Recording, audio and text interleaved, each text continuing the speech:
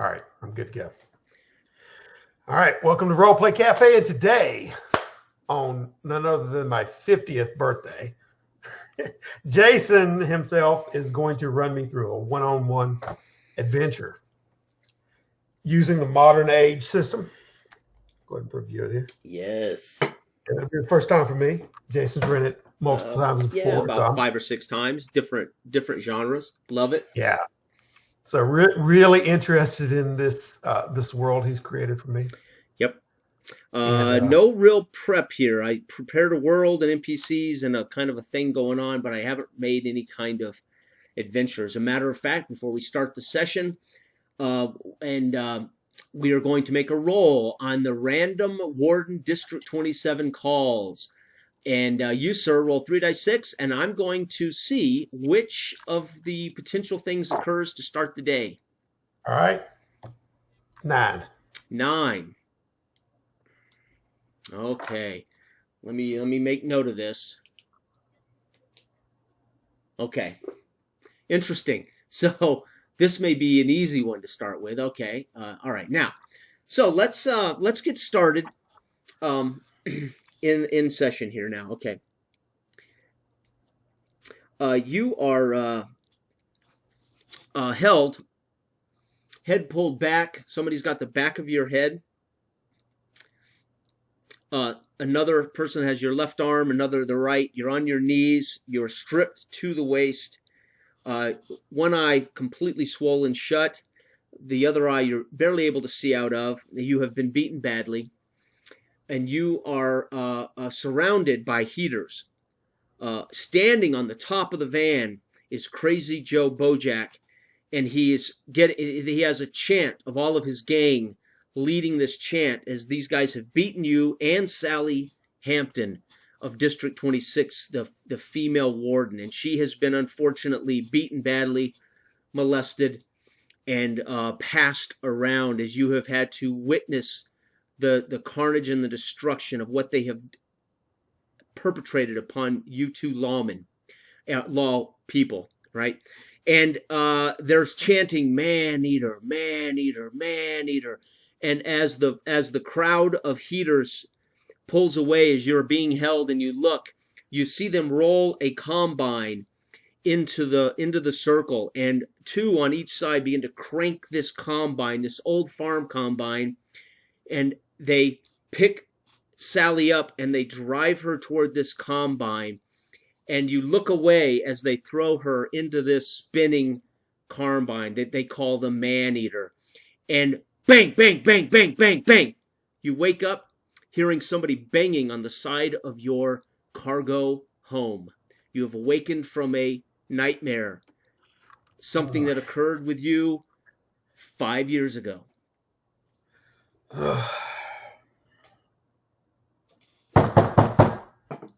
I roll off my cot and stand up. This dream has been plaguing me since the original incident, almost nightly.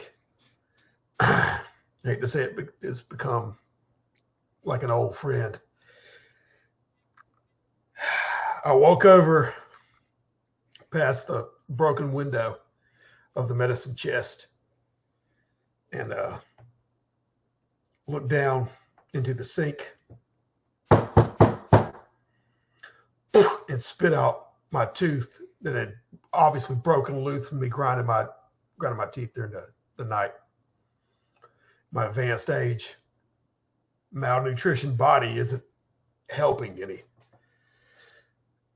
Rub my haggard face and look in the mirror. What do you want? Nash, it's Jugs. I just thought you might want to get up, get around. I've got some news for you. I got something for you. Oh, damn it. This better be good. Okay, I shrug on my jacket. About what does it feel temperature-wise? This is 2 weeks into September. It's been a very, very cold summer. Winter is coming on early, and it may be a very bad winter, so it's chilly. I put on my jacket to brace for the chill, and then go over there and unbolt, unlock, and slide it open. Okay. Slide it up. Yeah. There stands about a 38-year-old emaciated neighbor, Jugs, and they call him Jugs because he used to be the gasoline guy. He would carry gasoline around until, of course, his supply ran out. Now he's a scavenger and a looter, and he tends to like to provide information for barter. And he looks up at you. He's again bearded. His hair is matted, and he's got a long coat pulled over tight, as he's again a little lean, so he's cold. And he says, "I've got some information you might be interested in." Okay, I lean out and look over both sides. Out above him. Come on in. Yeah, he steps up in, and he pulls his hands out, and he says, "You got any warm beverages? You got any somewhere I can, warm up?" Damn, is this a social call? You got some information for me? And he straightens up. I walk over there and throw a couple of coals in the little fire pit. Yeah, and he scrambles right over behind him and gets on top of it, and he looks at you. He goes, "Well, I think it should be worth something. My information." Worth something. I run my ass off keeping y'all safe, and you want something from me more? Nah. What do you got? I know we all got to live here. What do you got for me? Let's make an opposed check. And see if you can't convince him with that. Right? We're gonna roll. He ain't got a chance in hell. I just rolled 15. Okay, hold on. Plus 1 is 16. Yeah. Yep. Hold on one sec. I've got to find his. I'm using everything from the book, by the way. Again, I did not prep bad guys or equipment. I'm using the book for all this. All right. Seat of our pants. Okay, you rolled a 15? Yeah, plus 1 is 16, right? Okay, so he had a 14 plus 0. Yeah, he looks up and says, "Okay, yeah, you're right. Thanks for letting me warm up at least. Listen, I've heard about a garage over in Lakewood, the Lakewood neighborhood. It's supposed to be loaded with old motorcycles and motorcycle parts. And, you with that old beater out there, I thought you might want to know about it." Uh-huh. Now, this time I'm standing over by the kettle. I've got some used coffee grounds in a sock. I'm using it as a filter and pouring water into a tin cup, and I'll turn around, swing it, and hand it to him. He takes it greedily and, starts to drink it down. Yeah. Yeah, it's not worth much, but it's reliable information. This comes from a guy who I can trust. Now it's a Lakewood neighborhood, so that's Heater neighborhood. But I would go look at it myself, but I'm in no shape. But it's on the corner of 62nd, 62nd and Federal. 62nd and Federal. And this is good information. You're not bullshitting me, are you? He wouldn't BS me. I've known this guy a long time. But, he used to be with the Heaters, but after losing his left arm, he ain't much use to him anymore. Taught him a lesson, huh? Mm-hmm. All right. All I ask is, you bring some back for me, and I can use it to barter or sell. Bring back some parts for me. How about that? If you got him, I'll do that. I appreciate the information. You done with your coffee? Yes, he finishes it off in one big gulp, setting it. Give me the cup back. Kind of hands you the cup back. And then he stays around the fire. You moving in? No, I walk over here and slide the door back. Okay. Right. Yeah, all right. I'm going. Yeah, that's that. I gotta. And he steps off into this little, street. You live in a cargo town, basically. Everybody resides in cargo boxes or multiple cargo boxes that have been attached or standing. These are all from old trains and old trucks. Yeah. And your friend, of course, Chuck Rancid, has a very large portion of them at the far end of this little community, and that is a bar called Reset Saloon.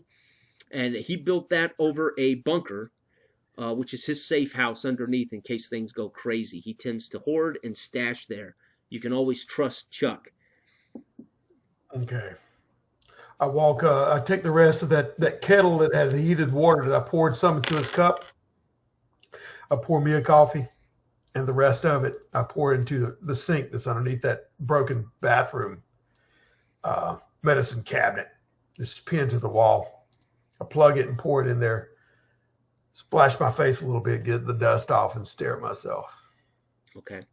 50 years old. I have a flashback of when I was a child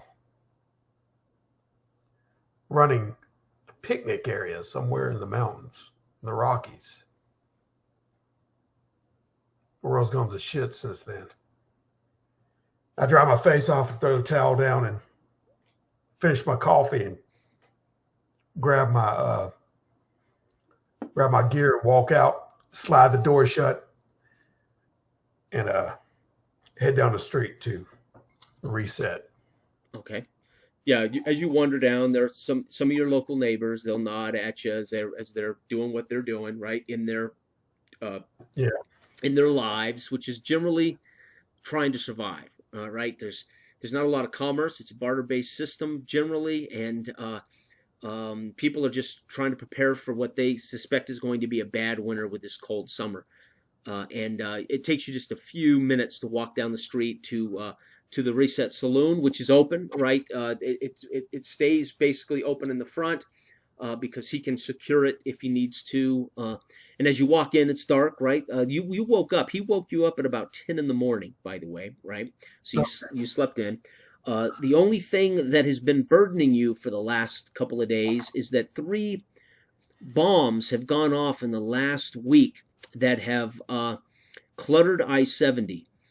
And these 3 bombs, of course, have put wreckage of old cars into the I-70 corridor that would lead from District 27 into the mountains to Aspen and on to the the western slope of Colorado. And so this is a problem for you because now you've got to somehow keep that thoroughfare clean. So this has been weighing on you. You don't, obviously you don't know yet what kind of bombs or how those bombs were manufactured, but these bombs have gone off in the last week and they have positioned, literally, people have used bombs to lift these vehicles up and get them into the road, if that makes sense. Okay. Yeah. And that's something that's been on your mind for the last couple of days as well, right? Especially with the senator coming through in the next, he's going to be coming through in about 2 days' time, 48 hours. Okay. All right. I go in there and see, you have to tell me his name again. Chuck Rancian. Chuck. Okay. Yeah, he's at the front and he's working on his moonshine. About the only thing he does is make hardcore moonshine. And again, he has his major still is in his shelter, which he keeps secure and ready for him to hide in. You met Chuck later, but Chuck had spent many years during the initial fallout of Reset hiding in this shelter. He stayed in this thing for months at a time, years at a time, and then he came out later and built this bar on top of it, and it is still his it's his safe house. And he also has his still as well as his stocks of goods and things in there. So you can also barter and trade with Chuck. And he's working right now on preparing his moonshine. All right. I walk up, sit down. I'm assuming he's got a bar. Sit down at a bar. Chuck. Yeah. Morning. He's a 58-year-old heavyset guy. He was around before the Reset. Homeless kid at 17 when the Reset occurred. And so he's been around for a long time. An ex-homeless, he was homeless and wrestled shortly after for the early gangs as entertainment. So he approaches, yes, how are you, Nash? Yes, good morning. Or whatever it is. You got something to warm my gullet? I got to get out on the highway. And those bastards have been blocking the highway. They must know something about the senator coming through. Yeah, he pulls some coffee around, pours you some coffee. You want something? I don't want this. puts a little shot of moonshine in your coffee. That's what we're talking There's your about. breakfast there for you, Nash. Slides All that in right. front. And give me a flask or something because I know it's going to take me a while I'm out there. Okay. Got to be out there in the cold all day. He puts together a little canteen for you. It slides it over. You know, you need to be careful. It's gonna be a bad winter.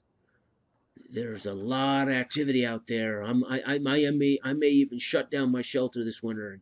I'm prepared to stay underground all winter if I have to. Now you get a lot of practice in that, ain't you? Mm-hmm. I got to get my ass out there though and clear this up. Mm-hmm. I know it's coming. You can feel it in the air. Mm-hmm. It's biting cold, and everybody's going to freak out like they always do. Mm-hmm. And that bastard. Okay, what is his name? Crazy Joe. Crazy Joe. Yeah, you know him. Yeah, he's been awful quiet though. His heaters are out collecting though. I've had a lot of friends there in the foothills, those little homesteads that have had to fight off a lot of his gang. They've been out trying to collect, stealing crops, etc. So they're up to something, but he's been quiet. Well, with the nature of things and the way things are, they're going to be, this impending winter, they're going to be stocking up. Mm-hmm. So I've got to keep that in. But first things first, I got to clear that highway. If you hear anything, let me know. All right. All right. How you going to clear that highway? Well, we'll have to figure that out as we go along. All right. Well, you can always count on me to lock up, give you a hand if I can do it. But I'd like to do it before sundown. So. You want to come along? Well, I gotta tend my bar, but you can hit me with this shortwave radio. He rings back and taps his shortwave, and I'll be out there in 2 shakes. Thought so. Hey, I'll give you a call, bud. I appreciate it. All right. So he hands you this canteen, slides it over, and says, "Now, don't let anybody get you now, Nash." I'll give him a nod and slip it into my pocket and turn out. Now, quick as far as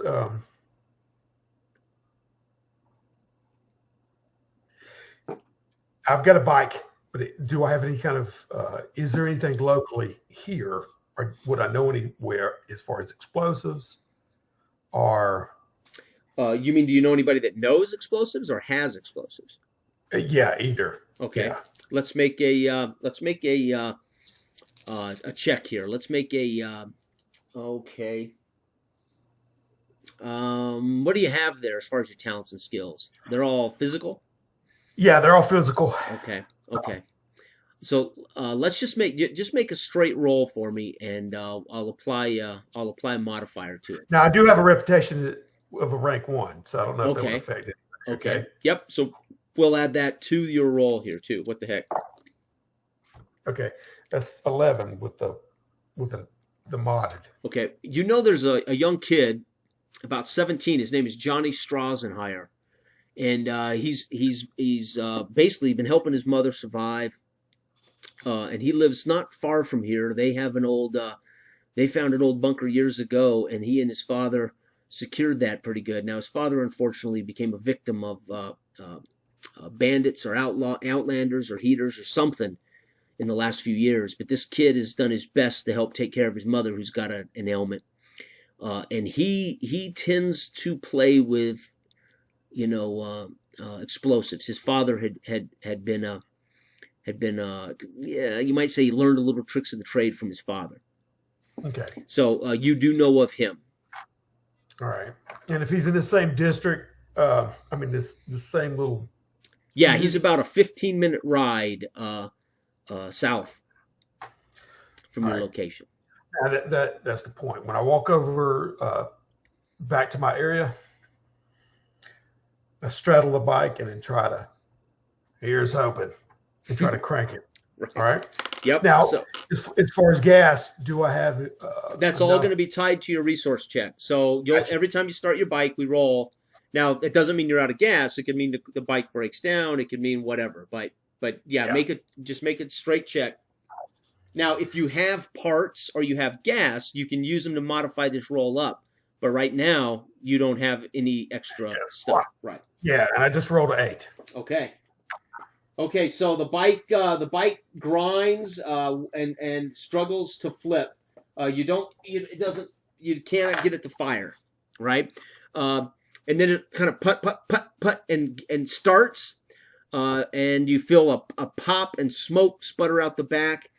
It looks like it's running barely.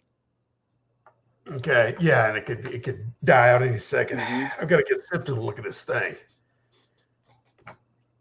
This POS is going to give me some trouble one day. All right, so I start gassing it a little bit and see if it'll. Yeah, You it sputters and chokes and lurches a little bit. Now this is an old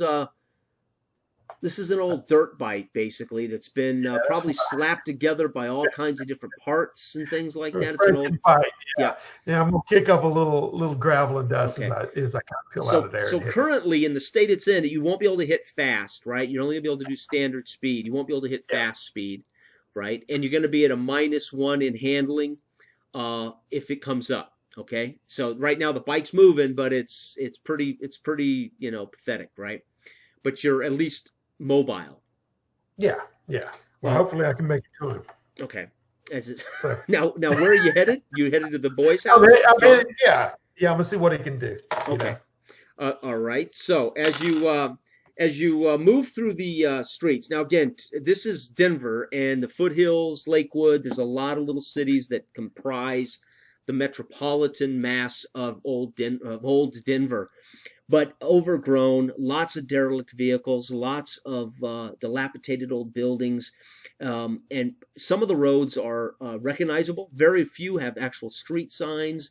That people just know of locations, by the big green hill over there, or by the old soccer stadium or whatever is how most people communicate about locale. If you happen to Exactly. know where Johnny lives, because you may have come out on calls to help he and his mother at times that they've been bothered by bandits, etc. Yeah. You navigate through some again, why you need a dirt bike, because roads are a wreck, right? Potholes, etc. As you navigate through, it takes you about 15 minutes on the bike to approach their old shelter. And when I say old shelter, they literally have they have like a tent that just sits over the top of an old underground shelter. They can pull the hatch shut and lock down. That's their home, right? Nice. And as you Nice. approach, you can see a couple lawn chairs and a fire pit. There's a large pan on a fire, and it smells rather tasty considering you haven't had breakfast yet.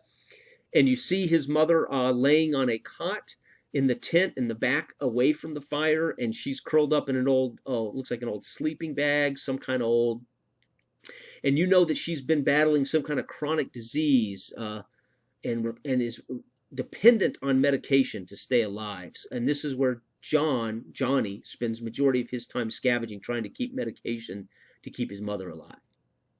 And she's about 39 years old, right?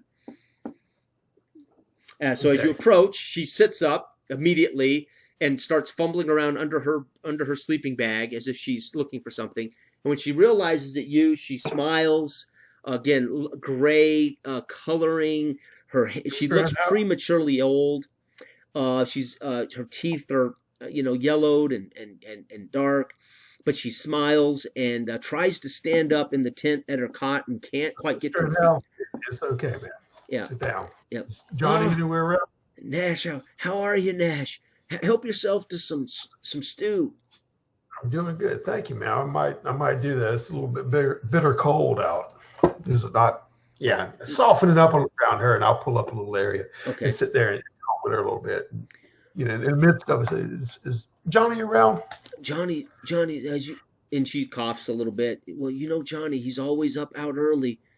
He figures the one thing he can do to stay out of trouble is to get up before the hooligans do, and he's out looking for, everything: food, gas, bullets, and meds.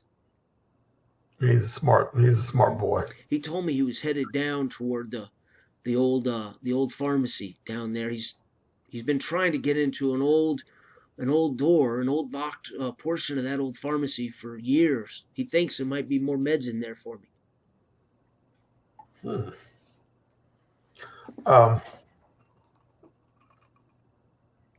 And you think he's there now? Well, I don't know. He gets up before and he goes, but He's been down there the last, he bartered off 2 cans of gasoline to a stranger who came through here that claimed that he had the keys and the tools to get into that pharmacy. If I had to guess, that's where he's at. He's down there trying to work that door open to that old pharmacy. But you know how dangerous that location is. Yeah. Yeah, I do indeed. He should have let me know he was heading over there before he even tried something like that. It's a bit foolhardy. Don't want to upset you, man, but I'll go look after him and see if he's there and bring him back if need be. What did you need? What did you need him for? Is he in trouble? No. I just needed some expertise. I've got to do some clearing of some land and needed some information. Okay. All right. Yep. So I'll go see what I can see. Okay. And you keep I stand up and kind of, no need, lay back down, and I kind of cover her up. Okay. It'll be all right. Thank you. Well, take all that stew you want.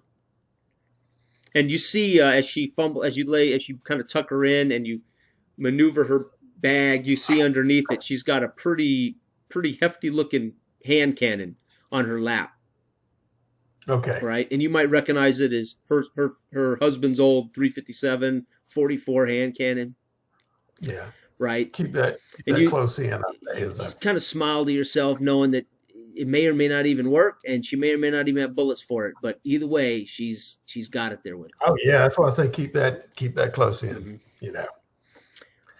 So I'm gonna go back to my bike and try to crank it again and see if I.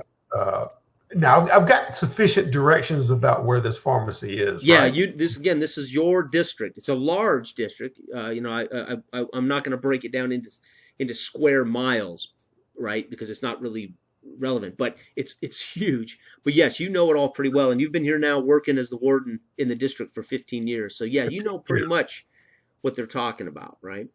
Now, whether you've ever been down here, because we're in Heater territory, and Outlanders along the foothills, and Outlanders, they're outside the district. They're the most dangerous villains, right? The Heaters are a gang, but they're generally organized and they have a sense to their madness, right?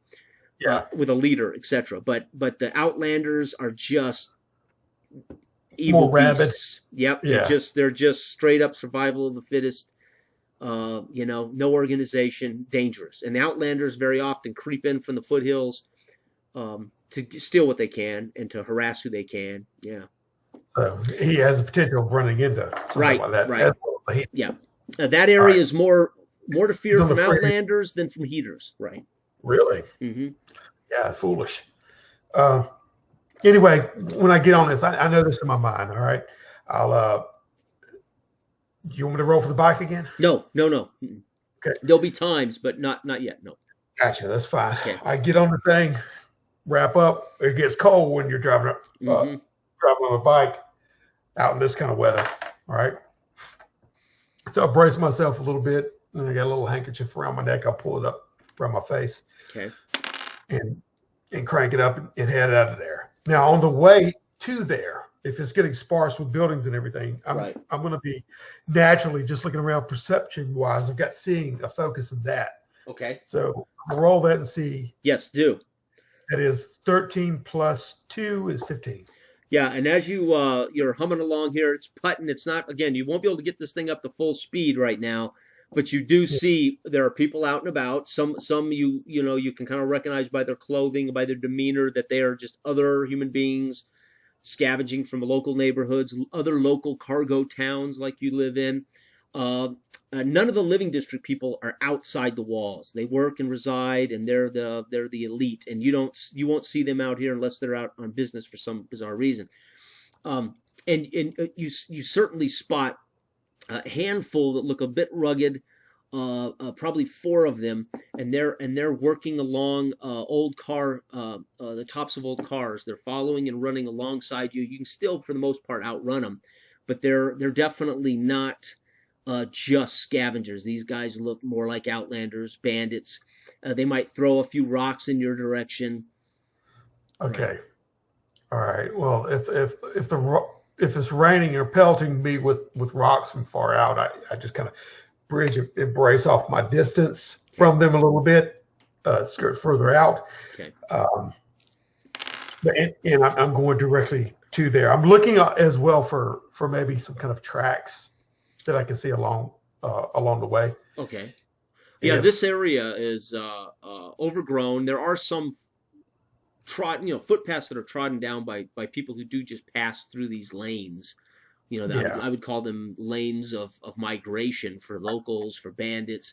So there's a little bit, but nothing that jumps out at you. However, in the peripheral vision, as you pass those guys and you leave them behind about half a mile, you see a flash above your head behind you, and as you look back over the bike, you see it's a flare that's been set off. So it looks like one of those Outlanders may have fired a flare into the sky. Yeah. Okay. That's immediately what I get.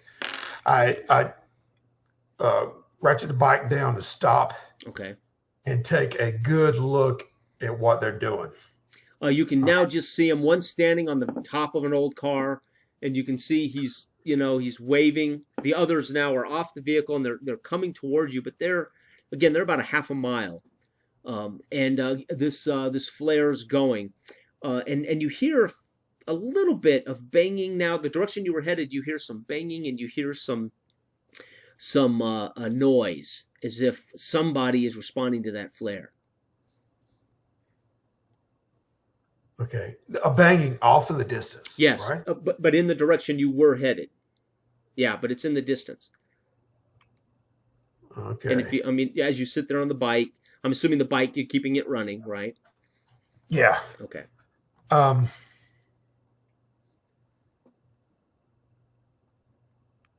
going to turn that bike around. Okay. And I'm heading right toward them, man. Okay. The one that has the flare and the other three are approaching me. Yeah. Yep. They're walking in that.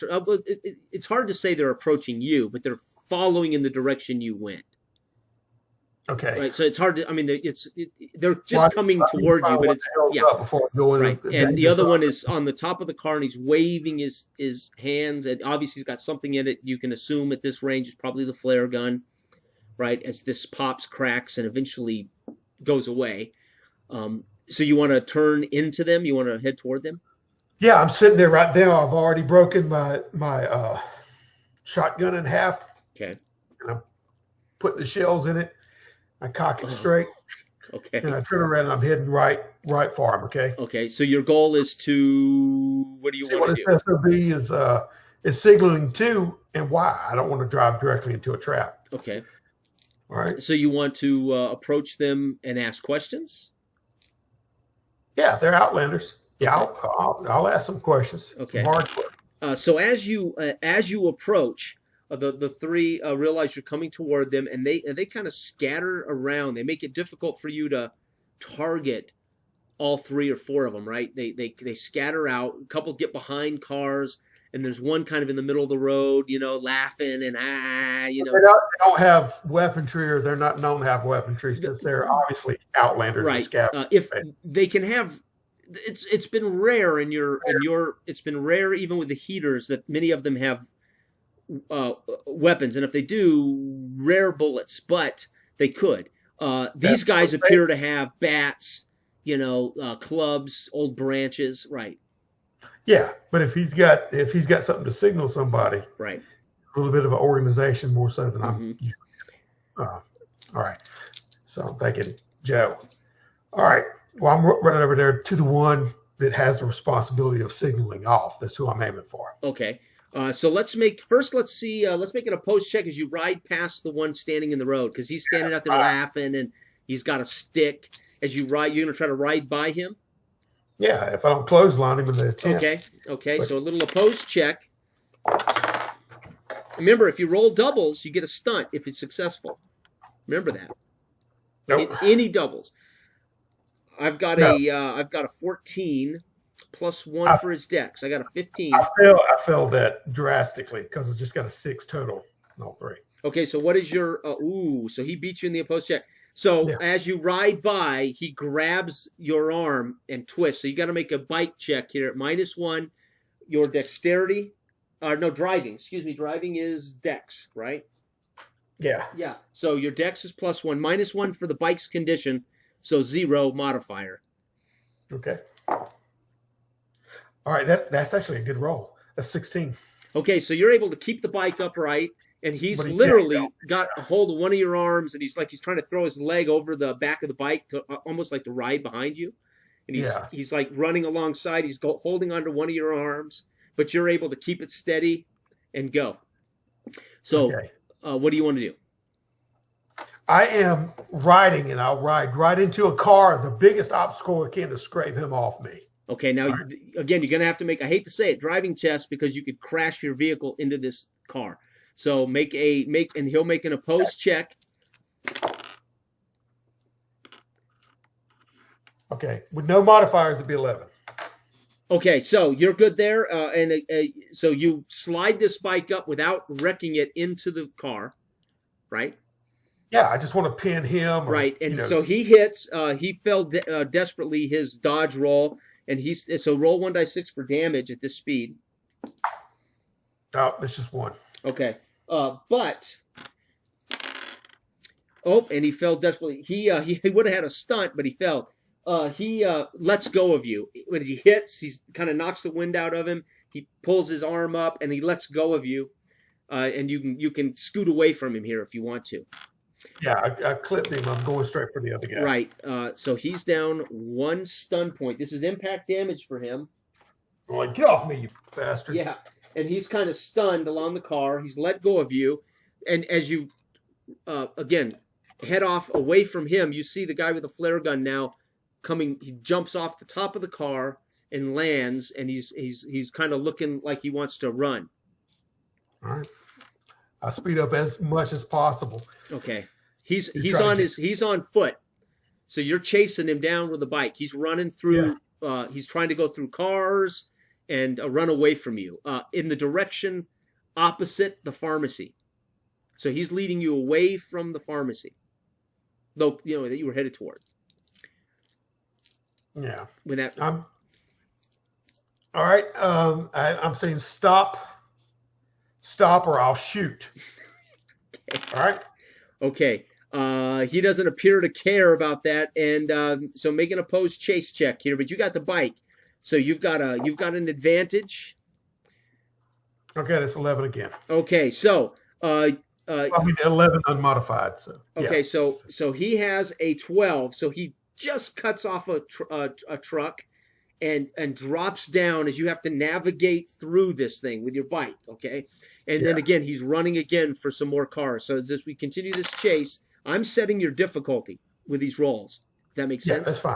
Yeah, okay. Yeah. So go ahead and roll again as you're trying to catch him. And remember, your bike's at a -1, your dex is a +1, so you're at a 0. Okay, I roll a 12.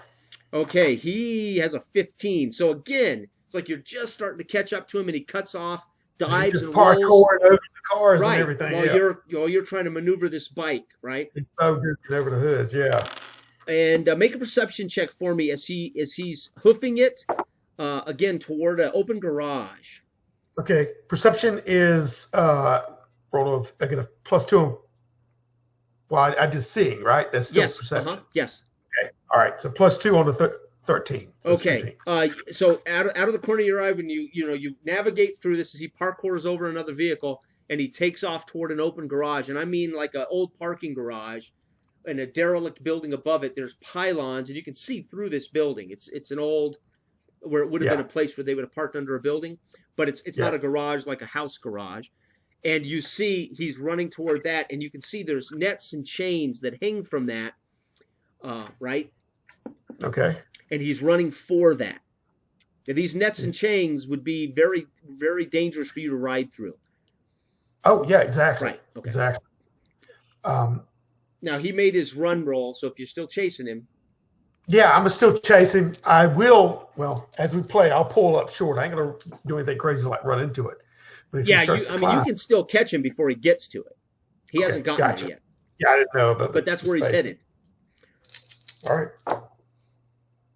All right. Not really good. That is 8. Well, it's more than him. Really? So you catch him. Now you're literally, because at this point there's nowhere for him to dodge. So he's just running like as hard as he can with his old flare gun toward these chains and nets. But you do catch up. You're right on him. So you can try to run him over. You can hit him. You can. Yeah, I want to. I'm going to swing the end of that shotgun. Okay. And crack him. Okay. Right? Yep. Save one. So that is just a 7. Okay, so you on the bike again. The bike isn't going to aid you in this, so you just miss him. His defense score is 10, so you just miss him. Right now, did you add your brawling score to that? No, I didn't. That's brawling. No, I rolled a 7 straight on the dice. And your brawl gives you another +3, right? Brawling focus. If I've got a brawling focus, it's +2, right? Yeah. Well, your brawling is your fighting skill. What's that? That's 1. Yeah. And then your focus is another +1. Okay, so +2. So you just missed it, but you're on top of him now. He can't get away from you. All right. I know. He does stop. Make sure that you don't hit him. You kind of go by him, but he does stop now, in place. Okay.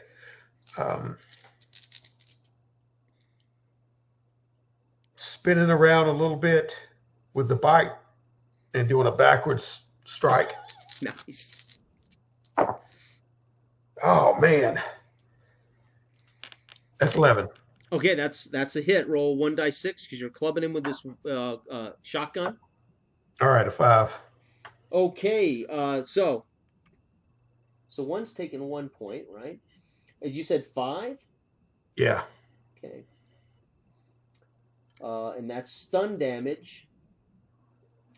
Okay, at this point, now I'm assuming your bike's running, but it's stopped as you hit him. Is that it? Or are you trying to drive around him? You doing donuts around him or what? Yeah, well, I mean, it was a semicircle, but if I cracked him enough, right. I'm gonna immediately put the kickstand down, get off the bike, and go over there and apprehend them. Okay, yeah, he's not down, but he definitely took a wallop, and he's preparing to fight you or defend himself if he has to. You can hear hoops and hollers coming up from his buddies, his other 3 buddies that were right. So they're now coming through the cars and they're hooping and hollering. Okay. I'm still on that bike. I see his buddies coming around, and I'm gonna take another swing at him. Okay. And try to knock his butt out. All right. Oh, that's a good one. 16 total. Okay, 1d6. Right. That's 3. Okay, and what's your strength score? Strength is 1. Okay, so we add that to. Do we add that to the damage in this? I can't remember if we do. I don't think we do we? Don't we add strength to your damage in melee? I don't know. I'm gonna check that. That's a good question. Well, let's go ahead and we'll not since we haven't. What did you roll? It was 3. Okay. So he stumbles back and in a rage now just swings, just randomly at you, and easily easily he misses you. You just kind of whoa as he swings with this flare gun at you, but he is stumbling around pretty good. And it isn't saying anything to you, just laughing, and you may have bloodied his nose, may have knocked out some teeth, and these other 3 now are starting to close in. They're within probably 20 yards, 30 yards of you. Okay, gee whiz. All right. I'm gonna still swing at him and try to knock his butt out. Okay. That's 9 total. Okay, 9. So he manages to stumble away and swat your hands away. And again, he tries desperately to flail at you. It's clear he is stumbling around and not doing too hot here. And his friends now have closed in, and they're laughing and applauding. They're kind of enjoying the show right now. Yeah. Um,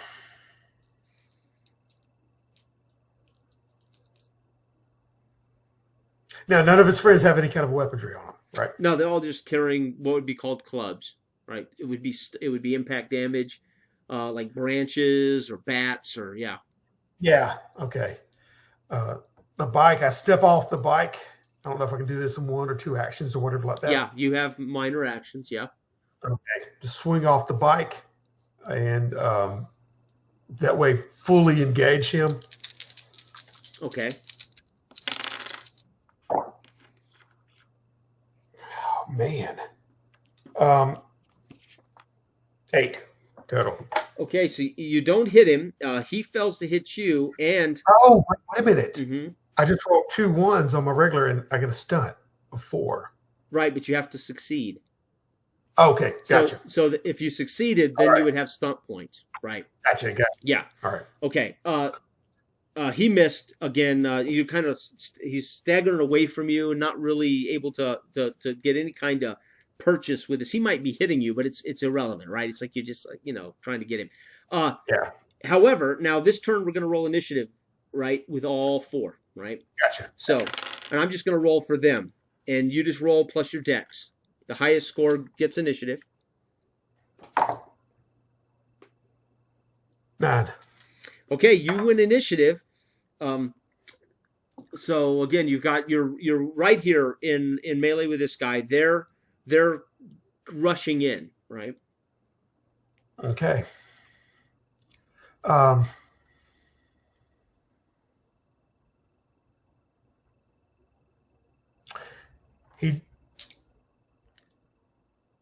Nash, I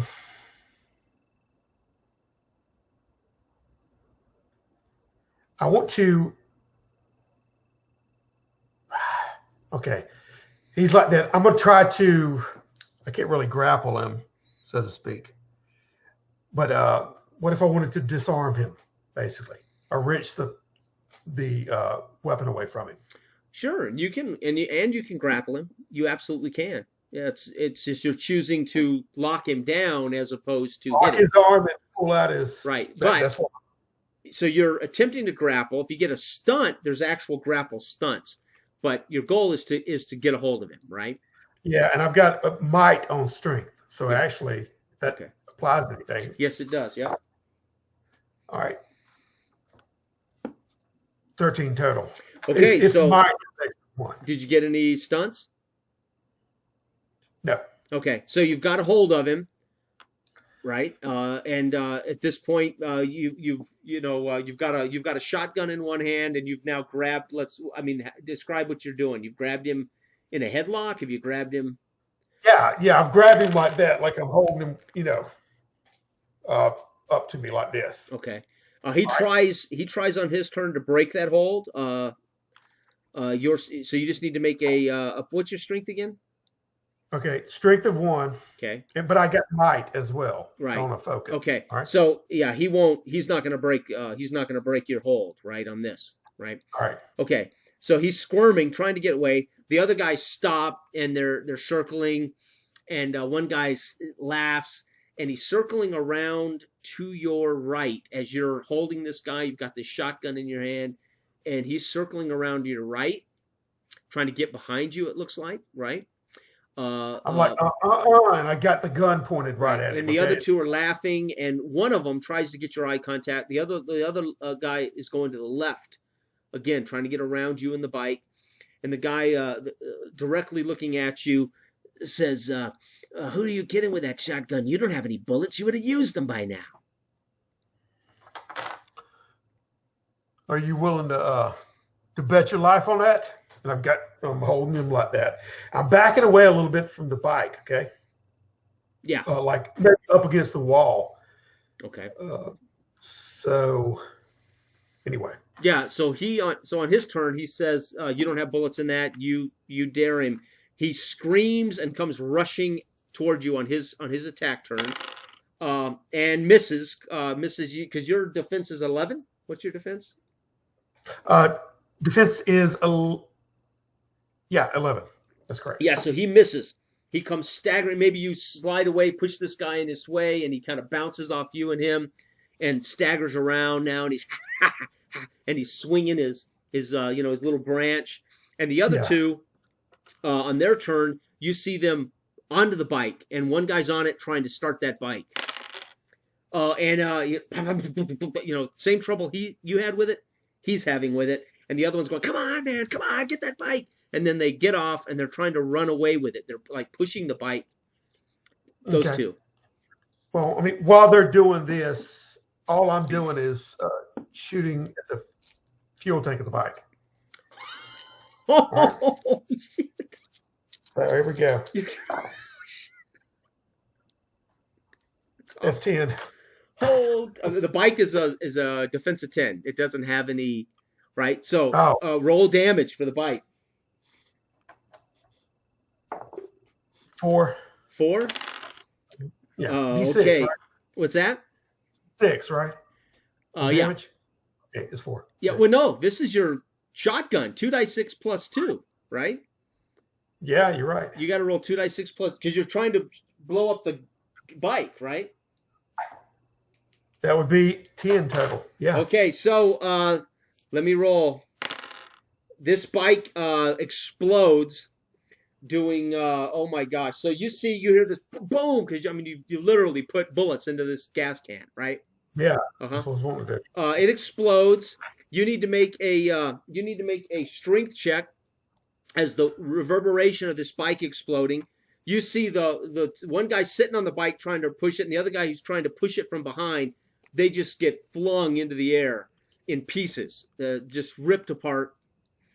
And you need to make a strength check to stay on your feet when this thing blows. All right, at least I got a meat shield. Yep. Is 8 and 8 on the dice, but I roll Plus strength. strength is another 1. Okay. And is might, does it have anything to do with it? No. Well, let's look up might exactly. Do you have it written down there? What might is for you? I don't have that memorized. Let's look it up. Might focus. Which Let's look up might. It's a great question. I don't know exactly what might does for you. it says performing feats of raw power, such as lifting or holding up heavy objects, is the definition. Okay. Yeah. So no, but Okay. that would allow you to keep hold of this guy. And yes, you do stay on your feet. What did you roll again? I rolled a 9. Yeah, so you stay on your feet, and you're able to keep hold of this guy, right? Yeah, and hopefully any shrapnel coming my way. But he he's takes, everybody takes 11 points of damage, right? Which is ballistic damage. So those guys are all shredded. You have the meat shield, right? Yeah. So it's going to soak up, same as cloth armor, 4. Plus you have cloth armor that soaks 4. Yeah, and I've got toughness of 4. Right, that only helps stun damage. Totally in damage, gritty mode, you don't have the luxury of that. You're right. You're So right. that's you're 8. right. So you'll take 3 points of health damage. Okay. So at It's least singed this eyebrows. body soaked 4 plus your. Now we got to see how many uses that armor has. So roll dice 6, see how many uses your armor has. That may be all your armor. 1d6. Yes, sir. That is 5. Yes. So that's 4. You got 4 uses left. So just make a note. You get your armor can soak 4 more times. Okay. Okay. Before it's shredded. There's nothing left of this guy except, I mean, you feel his body go limp as this tears shrapnel and pieces of the bike, maybe drives the kickstand through his forehead. You're holding this dead body now, basically, right? Yeah, I just read it. Right. The no, other guy actually- gets blown into the chains of that garage, and he's hanging in the chains. The other 2 have just been obliterated that were on the bike. Oh, geez. Okay, that's what I was wondering So about the other all guy. 4 of these guys are decimated. Okay. I turned around and that old boy just dropped down to the ground. Right, and the bike is just it's just wreckage, burning. It exploded, decimating all of this area. Okay, And my you ears do, are ringing a little bit. All right. out of the corner of your eye, smoke clears, ears are ringing. You do see some what you think may be movement. You're a little dizzy from this concussion, etc. but it looks like there might be something in the direction you were riding. He shot the flare. You turned around, came back. You've had this battle here opposite the direction you were going. And in that direction you were headed, you see a little movement on the horizon line, but you can't be sure in this kind of state of confusion. And your bike now is wreckage, of course. Okay. If it's that far off, obviously, and I'm walking over, I start looking through these guys' effects in their pockets, see if they have anything. I'm going to get that flare gun. Yep. Any kind of notes or directions or markings. Yeah. So he has a flare gun with a couple of flares. Yeah. Most of them on them is just rags. They do have markings. These guys are clearly Outlanders, but they all share a tattoo, which you've never seen before. Okay. So it looks like somebody might be organizing Outlanders into maybe, the best of your ability. You don't see that kind of thing unless there's an organization behind it, right? Okay. They don't seem to have much else on them. They might have some water. They might have a few hardtack jerky or something, or a can but of before I go to that depth of searching, because I'm just walking around looking for immediately any kind of directions or something recognizable, and I walk to that outside there, and I'm gonna hold that flare gun up, right, and shoot it. Okay. Away. Okay. Right? Okay. And I'll go back in there, and I'm gonna wait for a minute to see if that person responds in any kind of way. So the little bit of movement you'd seen coming through the cars on the horizon, it appears to stop, and then you don't see any more movement. You watch for a while, the flare burns out, and nothing seems to be coming from that direction. Okay, I'll make a mental note of the direction. It was the same way you were headed toward the pharmacy the boy went to. Yeah. Then I start rifling through their stuff and going into greater detail. I'm not wanting to spend no more than 30 minutes max in there. Yeah, 15 to 30. So let's make an investigation check as you look at these bodies, look through these guys. Yeah. And all you need to do is roll your perception. I'm in here right now, so. Right. Okay. Let's say that's 11 total. Okay. Any stunts? Man, you know what I'm constantly doing? What? I'm always rolling doubles on the stunt die and other die. It doesn't matter. Anything can be doubles. Oh. Anything. Yeah. So I thought it had to be the two main die. No. Any doubles count, but only the stunt die gives you points. Yeah. So, okay. Yeah. Yeah, I rolled it. Okay, so you got a stunt. How many points? 2 4s and 4. Okay, so in your book, go to page. We'll look up the stunt investigation stunts, and you get to spin those points. Okay, that was on 70. Investigation stunts is on page 87. 87. Let's say 78.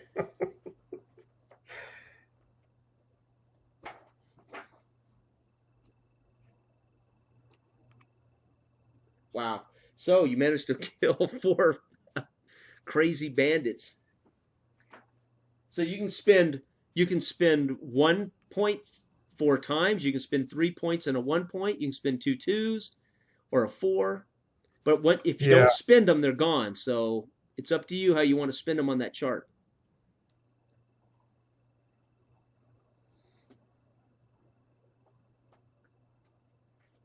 Okay, a 1 and a 3 lucky break detail.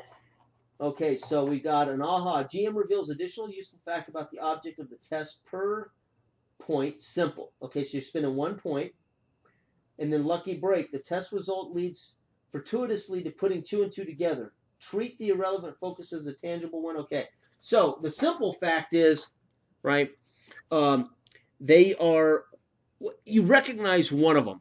And he used to be a member of your little town. All right. Right? But when last you knew him, he was probably 17. He's probably 19 now. It's 2 years. But as you look through their bodies and you kind of maybe pull them together, straighten them out, you realize, holy cow, that's that boy Steven that used to be in my little town. Okay. The details, the tattoo is something you've seen before, and you recollect it that it used to be the logo of a ranch. Used to be the branding. It used to be the brand of an old ranch, cattle ranch, like the Lazy J brand. Gotcha.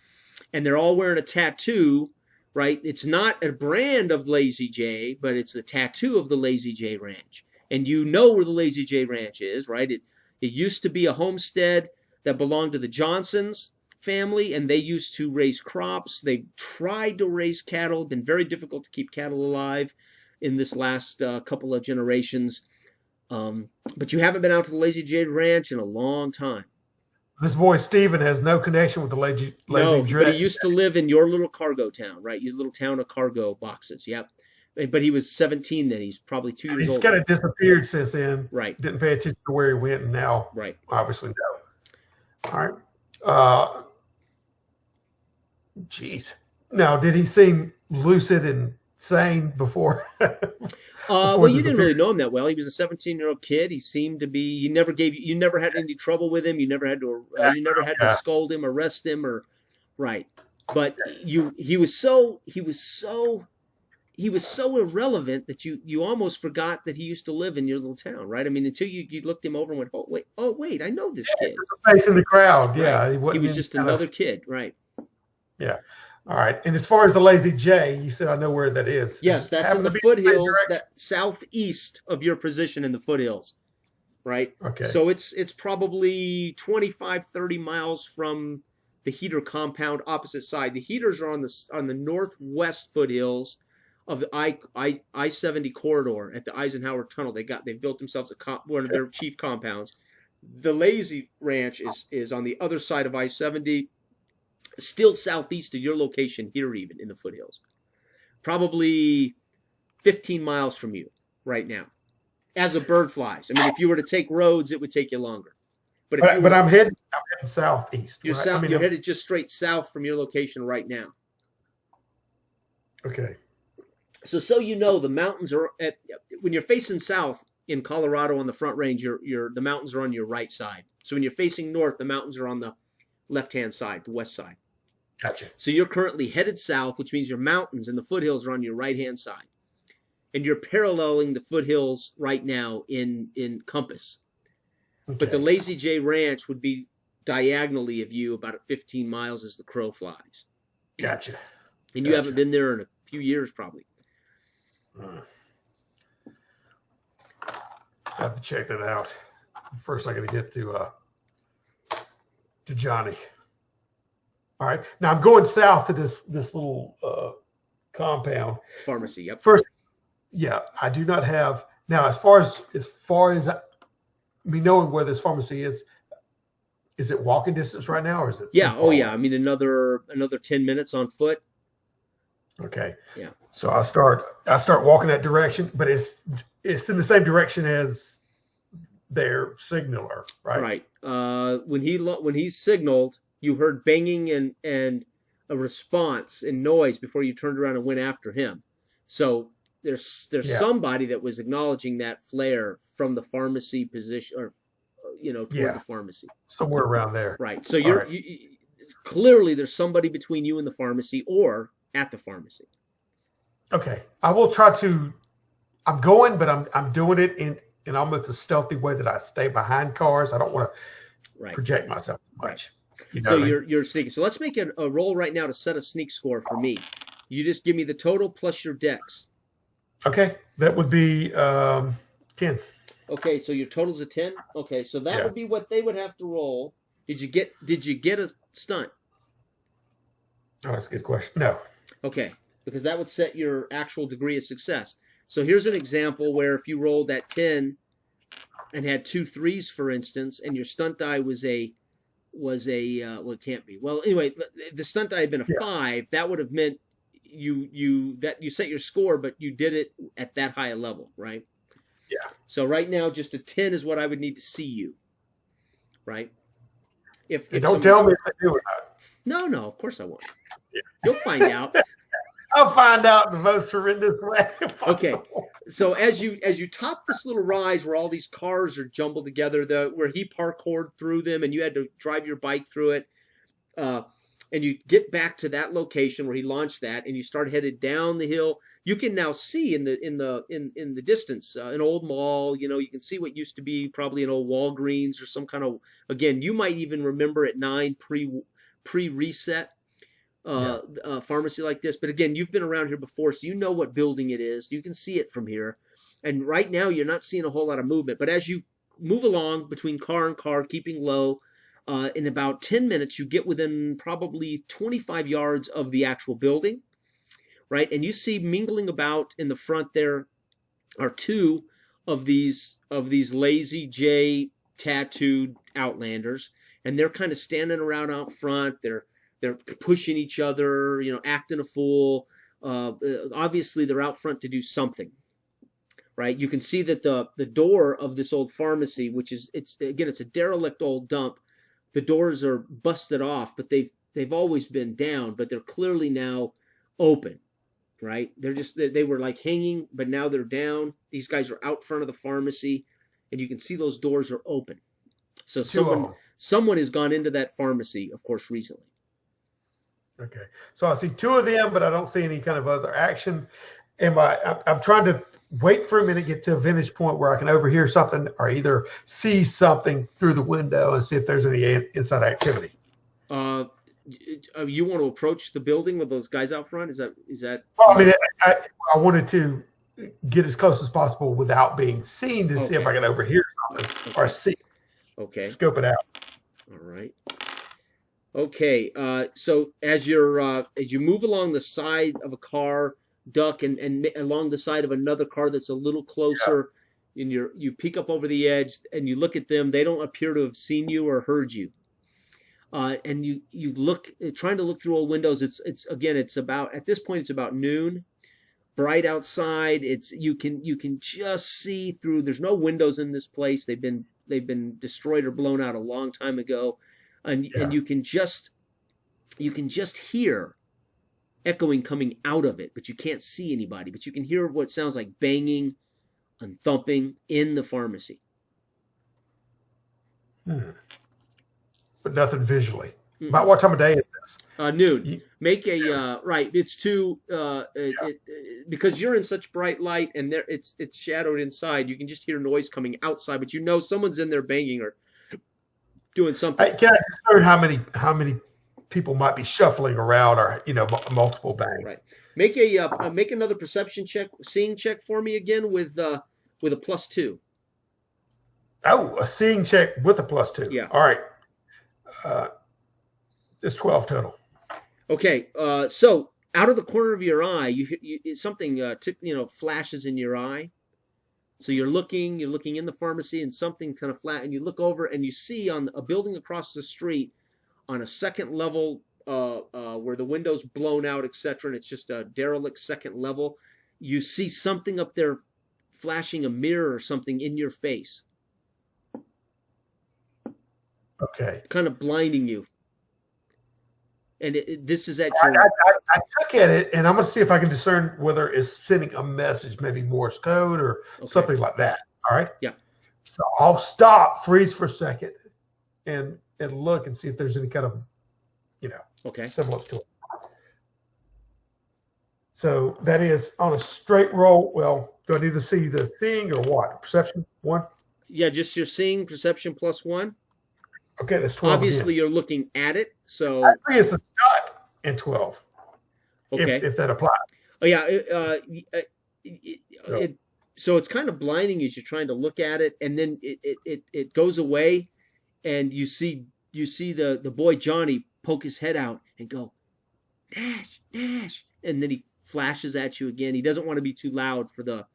Right, but you can see his face when he sticks it out from behind the pillar and he's on a floor above you, to your right, diagonally to your right. You're hiding behind a car to your left here. The pharmacy is left. He's literally across the street and he's flashing to get your attention. Gotcha. I will try to retrace and rejoin with Johnny. Whether I have to get the building away from their site and make So you cross the street. You don't appear to have gotten their attention. into that old wreckage, and there's an old stairwell, and he's standing at the top of the stairwell, clearly away from their line of sight. All right, and he meets you at the stairwell. He's at the top of the stairwell. You're at the bottom, and he says, "Nash," and he says, "Come up, come up." What's going on here, boy? And I follow him up. He said, I came down here early this morning to use these. And he breaks out these tools. He says, I met a guy on the road the other day who traded me for these tools. He says I can get into that pharmacy with these tools. So I was down here to try to get into that dock door, and these guys showed up. I barely got out of there before they spotted me. Okay, I kind of grab him by the collar. I say, so your mom told me, you know not to come out here. I know, by yourself. She needs meds. She needs her meds. Nash, you don't understand. She's very sick. We ran out of meds 3 days ago. I know she's sick, but what's she going to do if you're not there to help her? You gotta know how far you can push. Yes. What are they doing down there? What have you seen?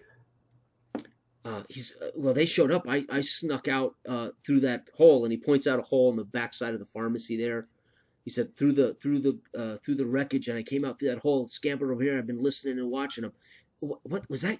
What was that explosion up the road there? Don't worry about that. They just had to take care of some business. Look, let's focus on this. That hole you crawled out of. Mm-hmm. There's a back entrance. Well, that'll just get you into the pharmacy. But I mean, there's wreckage and old furniture and stuff there. You can kind of slink through.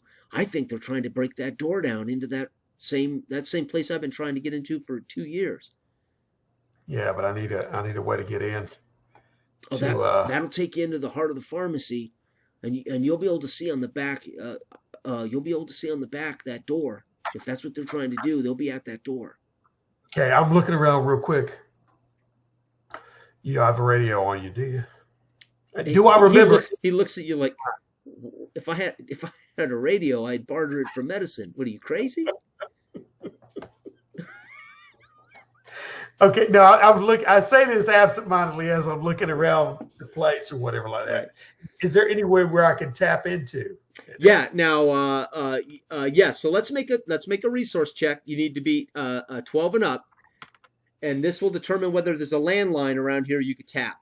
I automatically rolled a 12, so with 4 extra 16. Okay. So, you remember, okay, one of those landlines that's buried again, these were put in post-war, right? Post-reset, and they were buried to tap old landlines that you can use to have direct, secure communication. So, yes, there's one about 2 blocks down west toward the mountains, toward the foothills. Okay. And it's buried in an old post office building. I'm going to give him the radio that he can tap in. Okay. He's obviously, like you said, good with explosives, which I don't know. I can't visually see anything. Well, that's why his eyes lit up when he said, "Was that an explosion down the street?" Oh yeah. Don't worry about it. Stay focused. Kid likes to blow stuff up. So as long as he don't have a pack or anything for me to be clued in, like you got any, I definitely utilize that. Mm-hmm. But nevertheless, if he's just standing there by himself, got out. Yeah. He's telling me the whole deal. He didn't leave any explosives in there. He didn't leave. Mm-hmm. Did you leave any packaging in there? No, he goes, but if you can get me the right stuff, I can build something. I know. Well, I need your ass back to town and safe. Listen, you take this radio. There's a place 2 blocks yonder that way in here. Tell you where it is. You can tap into it. I need you to get a hold of Simpson. Officer Simpson? Simpson? Yeah. Okay. In district. The young warden. Okay. Yeah, the young warden. Let him know what's going on out here. Tell him of the Flying J ranch. All these Outlanders have been tattooed up in here. I think there's a movement. Somebody's coordinate them. They're not usually this organized. Right. And they're after something in that in there. So you need to get word to them because I don't know where this is going to go. But the interest is in the back there, right? All right. Yeah, he just points to it. He literally, where you're standing, looking over, out of this, where the wall of this building is falling down, he points to this hole on the side of the pharmacy. And the other two guys are around the front of the pharmacy. So there's on this side of the, those guys are on the front side of the pharmacy fooling around. Somebody's inside the pharmacy, and there's a hole on this wall. That's how he got out. Okay. Right. So he takes your radio, and he says, "You want me to tell him to come here, Simpson?" Yeah. Yeah, I could use the backup. Okay. Let him know there's 2 men in front, and be careful, because there were two inside and there's two out front. You said 2 out front? Yeah, 2 out front. Yeah, you can see them. there were 4 that arrived this morning. One was a big guy with a sledgehammer. So that means there's 2 more inside. So be careful, Nash. All right. And he quickly heads through the building, back way, and down, headed west. So he knows his way through this neighborhood. Yep, he's probably been pretty much through here a million times. All right. And you don't hear his feet, pad until you recognize he's out of the building. He's put the building between you and them, and then you can hear through the rubble as he's running. Okay. I will exit the building the same way I come in and make my way back to that area at the back that the boy directed me to. Okay. All right. I rolled 10 straight on the dice. Okay. Do I get for deck plus 1 on the decks, right? Yes, sir. So that's at 11. Yeah. Okay. And you're headed to that hole, right? Yeah. Okay. Yeah. So again, you get down these stairs, you cross the street, and you come to this hole. And again, this used to be the cinder block concrete buildings. They built these, and something has put a hole in the side of this thing. It's big enough for you to basically duck your head and step in, right? Gotcha.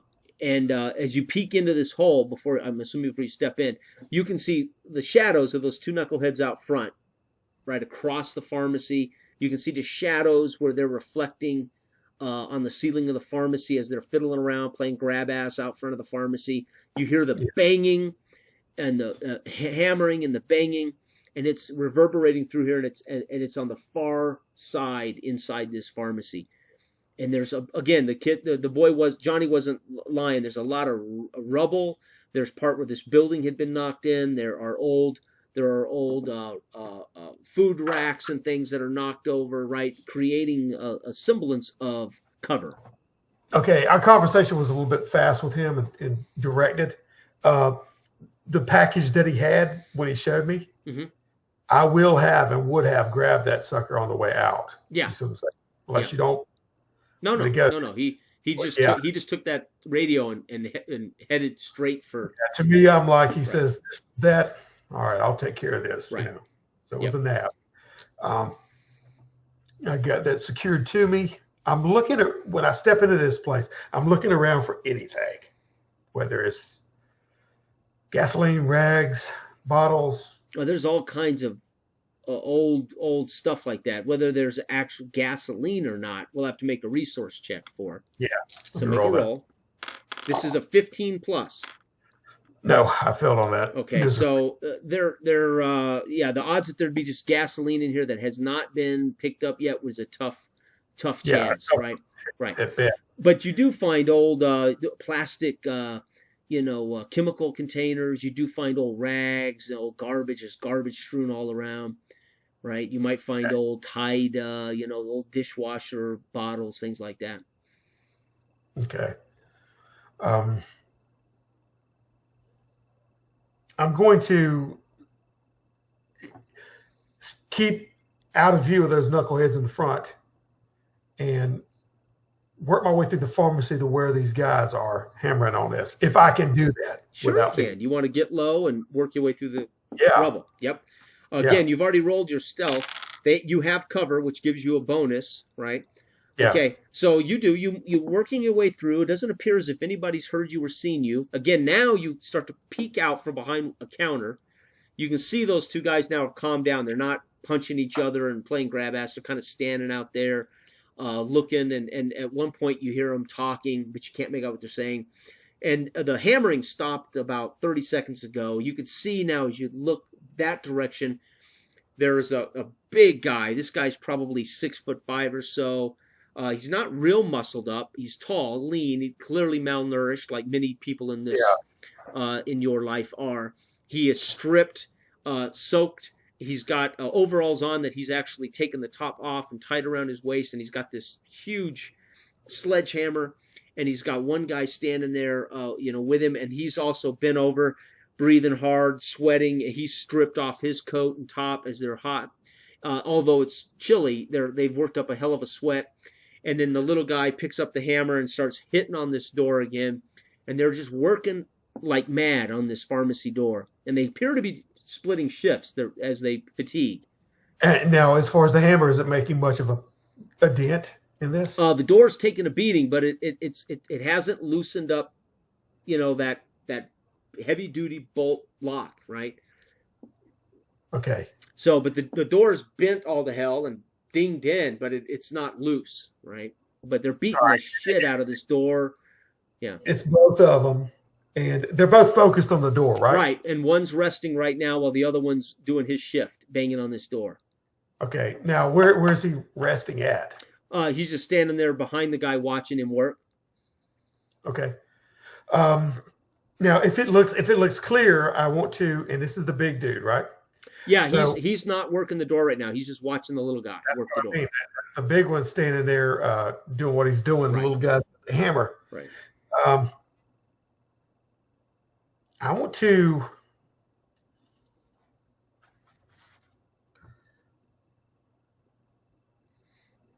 All right.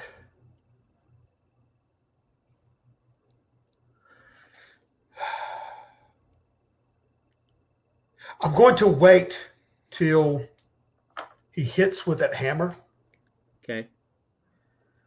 and hold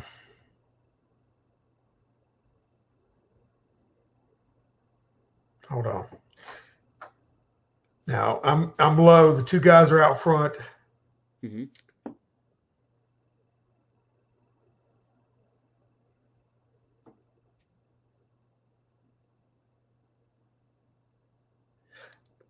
I'm gonna sneak up behind. Oh shoot. Okay, let me ask. Start with the hesitation because No, I'm God, no. We got plenty of time. razor's edge here. Because either when he's hitting with this, you say it's a sledgehammer, Right. And it's a metal door, right? Big, yep, Boom. yep. And it's And it big reverberates and echoes through the cement building, what's left of this. I mean, there's some acoustics due to rubble and garbage dampening, but it pretty much echoes around this cement structure. Okay. Well, I'm going to have my shotgun cocked, and whenever the little guy hits into it and bites into the door, I'm going to time it, and I'm going to shoot the legs out of the bigger guy. All right. Okay. In Okay. the back. So you haven't been spotted, right? You're in normal range, so no sweat there. You're aiming. That's going to give you a +1.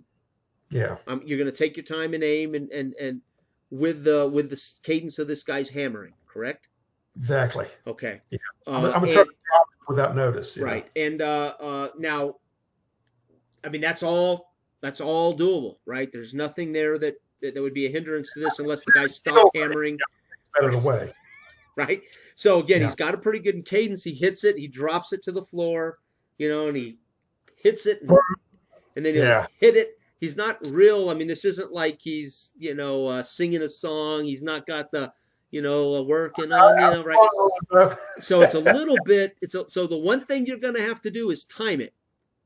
Okay. Yeah. So when you take your shot, right, you'll take a normal shot at his legs, best you can time it. I'm going to roll, right, to see if you match that timing. So you just roll to shoot, but if I'm going to roll to see whether you are right on or off a little bit. During the aim, yeah, it's going to be like, because it's almost like a heartbeat. Because when you're slinging something like that, it's very rhythmic. Right. So my breathing and everything's going to be timed with that, and then I'm going to let loose. Right. So you need to hit him, but that's a +1 for aim. And we'll give you one for survive. So that's +2 plus your normal dex, or your normal accuracies +1. Yeah. So +3 to hit with his shotgun. That's 12 total. 12, you said? Yep. Okay. So 12 total. Total. Okay. With so now I'll roll. I have to roll above your 12 to force you to be out of sync with that noise, right? So if I roll less than that, then you were right on target with the noise. Woo! Okay. So you appear to time it just right. Bam! 2 dice 6 damage +2 to this guy's legs. That's 8 total. 8 total? Yeah. Okay. It reverberates. You smell the smoke from this thing. He screams out and drops to his knees. He's still alive. He's trying to drag himself up onto his legs. You've peppered the back of his legs pretty bad. Yeah. Okay. Yeah. And the other guy looks back, and he sees, and he says, he calls him by name. Benson, what? That's when I stand up in the dark and all the smoke. Yeah. And just come out of it like a wraith and just crack him with the side of it. Okay. All right. That's a surprise. So we're going to give you +2 initiative, right? To see if this guy. Okay. Okay. And I got a stun on that, by the way. That is. Okay. We're rolling for initiative now? Yes, but you get yeah, because. Okay. So that initiative is. But you got a surprise, so +2. That's 10. Okay, so you still beat him. So go. Right, you're going after who? The big guy that's already kind of limping? The small guy, because if I get shot in the back of the legs with that, he's probably just going to go, and fold. Right. Well, he is. He's trying to stand up right now, as a matter of fact. Yeah. That's what I'm saying. He was behind him, and I shot him in the legs. When he drops, the other guy turns around and say, Benson, and then I was. You're coming. Okay. Freaking. All okay. Right. Okay, 11 unmodded. He's got. Oh God, let me go back here to the thing. Sorry, I should have all these guys marked in the book. There we go. Shoot. He is 11. So you hit him. Yeah, I hit him with 12. Yeah. Okay, yeah. Now that would be club 1 die 6, right? Plus your strength. Are we doing that? Right. Yep. So that would be 1 die 6 plus 1. Yep. That's 5 total. Okay. You describe to me how you hit this guy. He's not down, but describe to me as you come out of the darkness. Okay. Now, like I said, when he turns around, Benson is already kind of just folded a little bit down to his knees, if not laying on his side. And the smoke and everything from the plume, he's going to turn around and say, Benson, and then I'm going to be coming out of that smoke with that rifle butt. Oh, nice.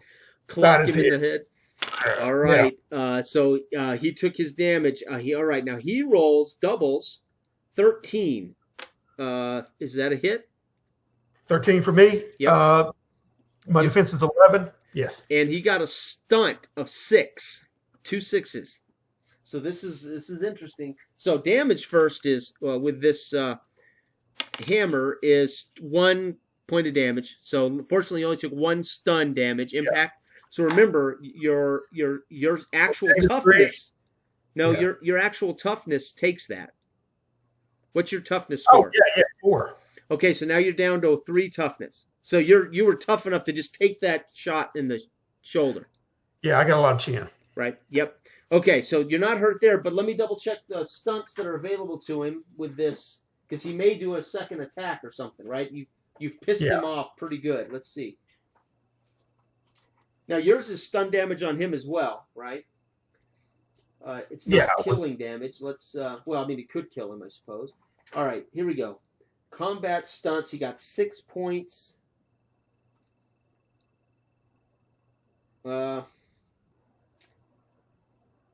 Let's see here. He's going to do. He's going to make that a vicious blow. Knock prone. So vicious blow gives him another 1d6 damage. 2. So that's still stunt Okay. damage. So you now have 2, I think, total. So unfortunately, he's not doing any damage, luckily for you. Knock prone. So you're now, you'll be at a -1 on the floor. He'll be at a +1 on his next attack. Right? Yeah, he knocked, surprises me. And we're gonna make that a brutal strike, which deals wound damage. So whatever your armor is, so he did 1. Okay. So your actual armor would soak 1 of that point instead of your toughness. Your toughness is still at 3. Sorry, Yeah. but Yeah. we'll turn that into a brutal strike, and your armor is at 3 points. Okay. Okay. And you are prone. Maybe he with the sledgehammer took your legs out, put you on the ground. Yeah. Being a small guy. Yeah. Yep. Okay. All right. And initiative again for round 2. These other 2, now you hear them yelling in from the outside. Benson, what's going on? And they're kind of scrambling along the front of the building, looking in when they Okay. heard that explosion, that gunfire. All right. I got Well, an in a 8. small area. Yeah, I got Ashley got an 8 too. Okay, so I got a 4 on my stunt die. What'd you get on your stunt die? 4. Okay, so what's your dex? My dex is 1. Okay, so you win. They don't have a dex score, so you win. Okay. So you win initiative. The Yeah. big guy now is trying to stand up. He seems more concerned about the fact that his legs have been, peppered with buckshot, right?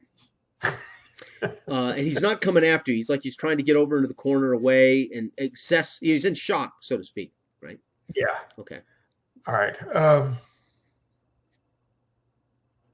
I'm going to, if he's not me prone, I'm a -1, right? Yes, to hit. Okay. Well, I'm returning the favor. Okay. Remember, you've got your fighting score, which is I think a +1. Yeah, for brawling. Yep. Yeah. Okay. All right. Pretty good roll. And that is a double too. Okay, so look up your stunts. Yeah. Well, that is 13. No, I mean 12. That's 13 on the regular roll. I got 1 for brawling and 1 for that. So that's 15. Yeah, so you hit. So roll your damage and then look up your stunt chart.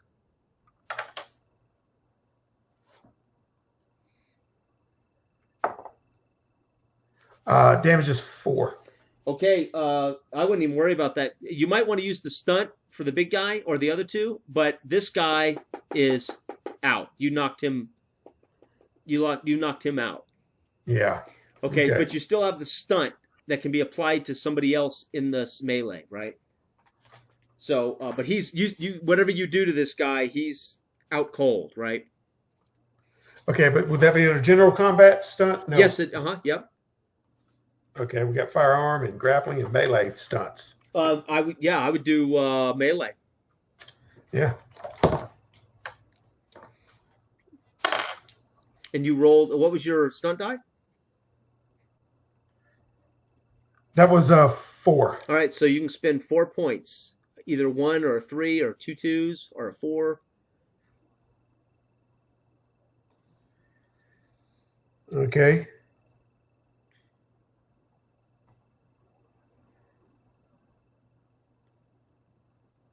You've got the big guy trying to get into the corner, and the other 2 are outside the building, moving down the building, calling in to see what's going on.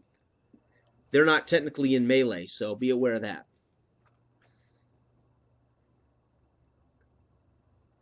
Yeah. I'll go with 1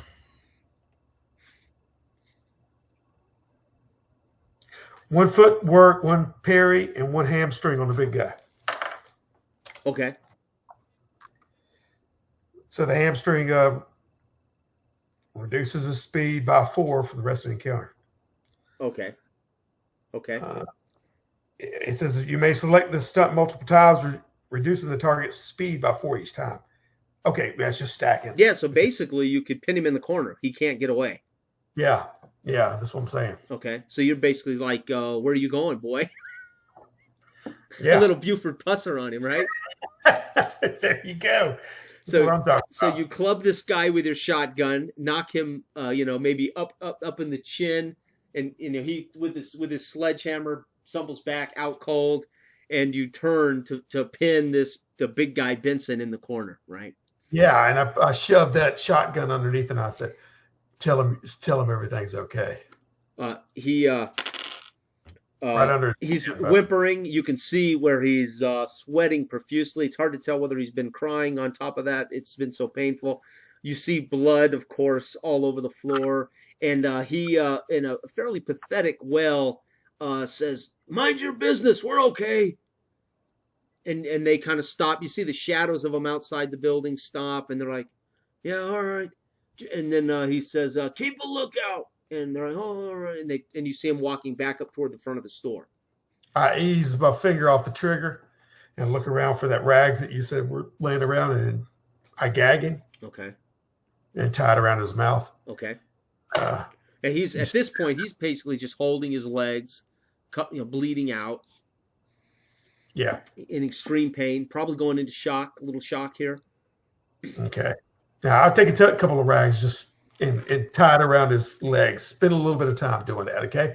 Okay. And also while seeing if they, if they're actually just keeping a lookout. Yeah, Yeah. all you can see is there are shadows. Every once in a while, they might move or walk or pace. You can see the reflection on the ceiling of the, as they make a shadow on the ceiling of the, Yeah. on the floor. Excuse me, the floor and the ceiling, back wall of the pharmacy with the suns above their head.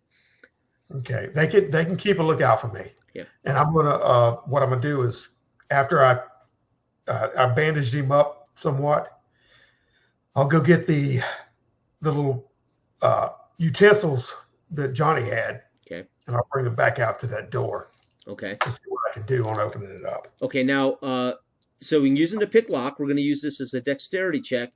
Do you want to take time, or do you want to just go for it? Oh, no, I'm taking a little bit of time to. That's what I mean. When he said watch, Okay. he's obviously their boss. I've gagged him. Yeah. They're watching. Okay. All right. So we're going to make this a timed task. So which means you're going to have to make so many rolls, and they're going to have to add up to a certain amount of numbers. So you don't necessarily fail, but you have to get a certain score in so many rolls. So how long do you want to spend working this lock pick? Okay. Before I get frustrated, I'll spend probably about 20 minutes on it. Okay, so we're going to make that 3 rolls to get Okay. to the number. I'm not going to tell you the number. We'll see if you do. And then I'll make checks to see if they, poke their head in or anything along the way. Okay. That is With Dex. with Dex. That's 8. Okay, so that's 8. This is 11 Okay. It's 19. and 12. All right, so after 20 minutes, you're working this lock. Actually, a little early, you feel it give.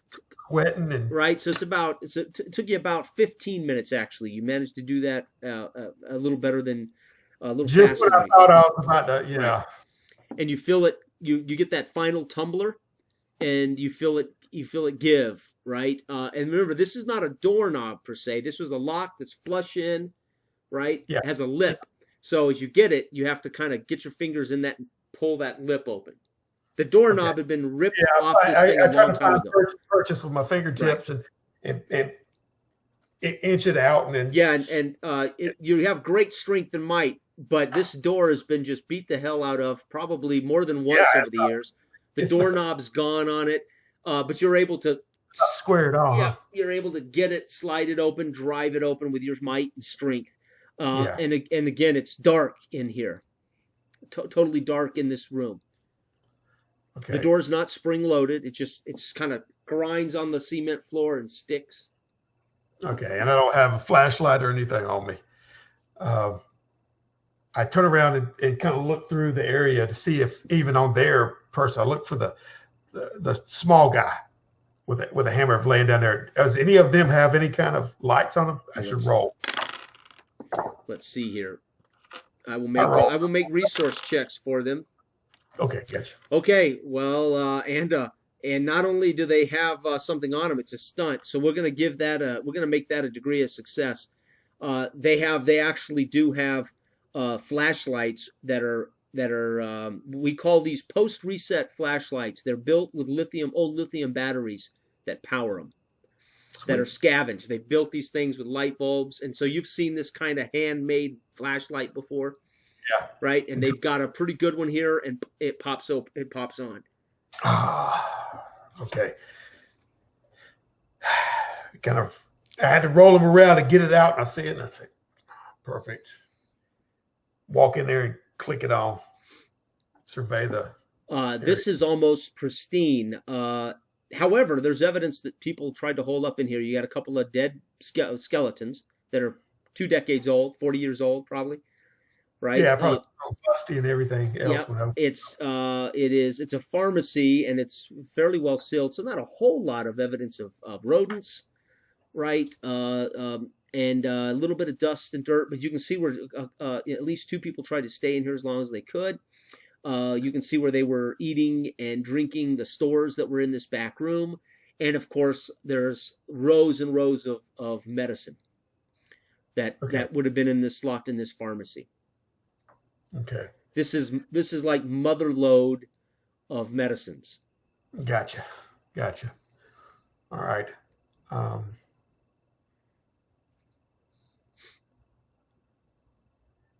I slip out of there, and I walk over to the big guy. Yeah. And he's laying there. Is he still conscious? Yeah, he's conscious, but he's gagged and. Mm-hmm. Okay. I start pulling that gag out of his mouth. Yeah. I'll say quietly while up on her. I'll say, tell one of them to come in. And his chin is shaking. He's clearly in a state of shock. He's sweating profusely. He tries to lean up. Okay, wait a minute. I go like that, and then I walk over there to the entrance, beside the entrance, still in the dark. Right. I look at him, and I still got the gun. Okay. You know what I mean? Now. And he cries out. And one of the guys says, "What's that, Benson? Did you call us?" And then he cries out again. And the one of them is coming around, and he steps through. There's no glass here right now. These are all just old brick building. He steps through, coming in, and he says, "Did you call us again?" And he's not far from you, maybe 7 feet, 8 feet. Yeah, I mean, the other one doesn't appear to be coming. Okay. Yeah, when he comes in, and I know he's coming out of the light, so his eyes got to adjust or whatever. So I want to be at an angle to where I can grapple him and take him out. Okay. Silently. Still got the gun in my hand. In fact, I'll be using the gun to. Okay, so make this a grapple check with a +2, plus your normal brawling and. Okay. There's no stunts.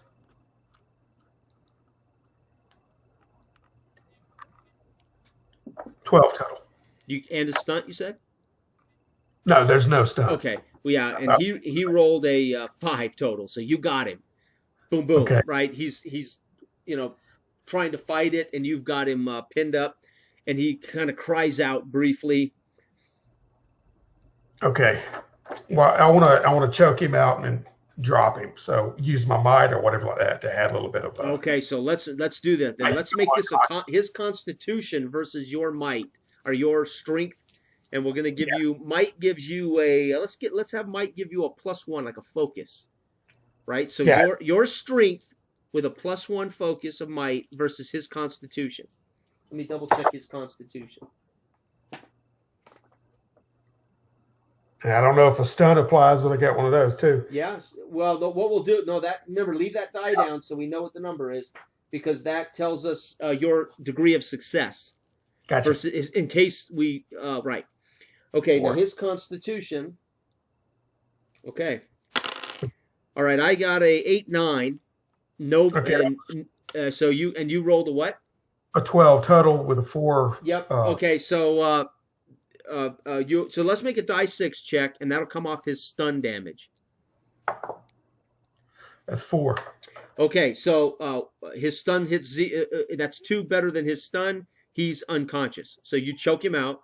His stun is a 2. You choke him out. Okay. I'm going to. I'll gag him and walk over and drop him, basically. I want to drop him like in the darkness still. Now, when they step into this, is it flat or is it Yeah, like it's all. This is all one level. It's a one level pharmacy, concrete and brick structure with the glass, the front glass, which would have been your, this is like a ground level mall. Those kind of drive-in malls, and the front is all plate glass, which is long gone, right? Okay, from all the strips of cloth and everything that was in there, whether, curtains or whatever, I'm going to tie him up, bound him, gag him, still let him breathe. And make a perception check for me real quick while you're doing that. So while you're tying him up, you're scrambling around and tying this guy up. It's 12 total with seeing, if I add that, 11 if not. Okay, right. And you hear a whistle outside in the distance. And you see the shadow of the other guy in front of the building look, and then you hear another loud whistle and like a high-pitched, hey!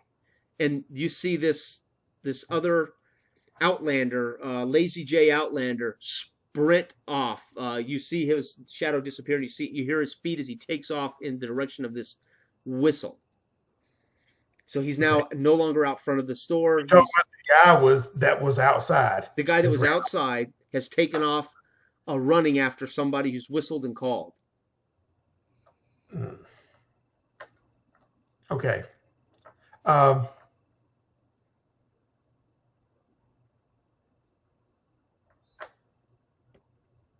going to walk over to the other guy that was laying there, re-gag him, and crack him side the head to make him pass.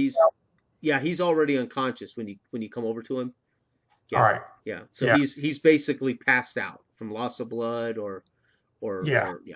Now I tried to bandage him a little bit and stem the flow of the loss. Nevertheless, so the two are bound inside there, and I'm looking out. Are you binding the little guy too? I would assume you're going to bind up the little guy.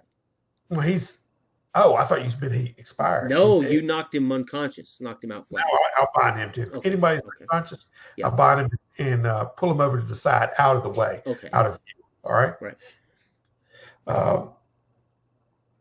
Almost around in that back corner where I entered, Right. So I'll do that. It may take me a little bit, but I'm looking to see where he's running off to first. So if you as you tie up the guy in the front, when you hear this whistle and you hear him run away, you just see a shadow take off. If you scoot next to the edge and look out, you can see him chasing off a kind of perpendicular across the street, down another street between those couple of buildings. But you can't see what he's going, where he's running to. But you see him heading but he's running fast, like he's after somebody, not like he's just trotting over to meet somebody. Okay. I drag those guys together to the side. I shut the door in, not to relock it, but just like sort of closed. And I'm going to exit out the back way of this and try to make my way around to where they're at. Okay. Right? Okay. To where, I'm sorry, who's at? Where I saw him run to. So you're going outside. Okay. Yeah, I'm So going outside, out the back way, and try to skirt around the back alleys. okay, so as you start to cross the street and follow best you can him, you hear another low pitch kind of whistle to your right. All right. A low pitch whistle. Mhm. All right. Make I a free. perception check for me as you Yeah. scan the area. Oh man, that's not good.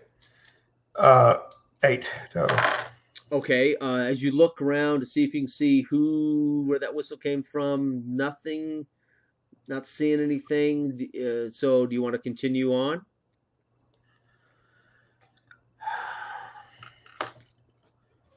Where's Sipton? Damn him. And then I take, I'll pause and I keep walking forward. Okay. A while. Again, you hear coming from again that same direction. You heard that low pitch whistle. All right. I stop and knowing the area and knowing the way these guys, that seems strange. I'll direct my path toward that and try to follow the source of the sound. All right. Be very cautious the whole way. Yeah. So as you approach, looking and being cautious, you hear somebody say, "Nash, it's a good thing. It's a good thing I'm not your enemy." And standing out from behind a car is Simpton, and he smiles and he says, "Is everything okay?" You bastard! I didn't think I was going to see you in time. He said, the boy got me out here quick. I left my motorcycle 3 blocks down, but the boy whistled and is going to lead him off on a goose chase. What's going on? Is it secure here? Don't put that boy in danger. I'm sure you got somebody waiting there, right? I secured. I got 3 on the inside. He gives you a look like, no. Goose chase. I know, but we have to go through that. I say, yeah, I got 3 of them tied up in the bottom there. I was trying to get to that pharmacy. Okay. The boy there, he had tools. Took me a while, but I picked the lock and got in. Oh, all right. There's a ton of medicine in there. Could do us all some good. Boy, the hospital, District 26 hospital could use this. Well, before I want to make sure the boy's mama gets her fill. And after all, it was him that gave us some medicine. Yeah.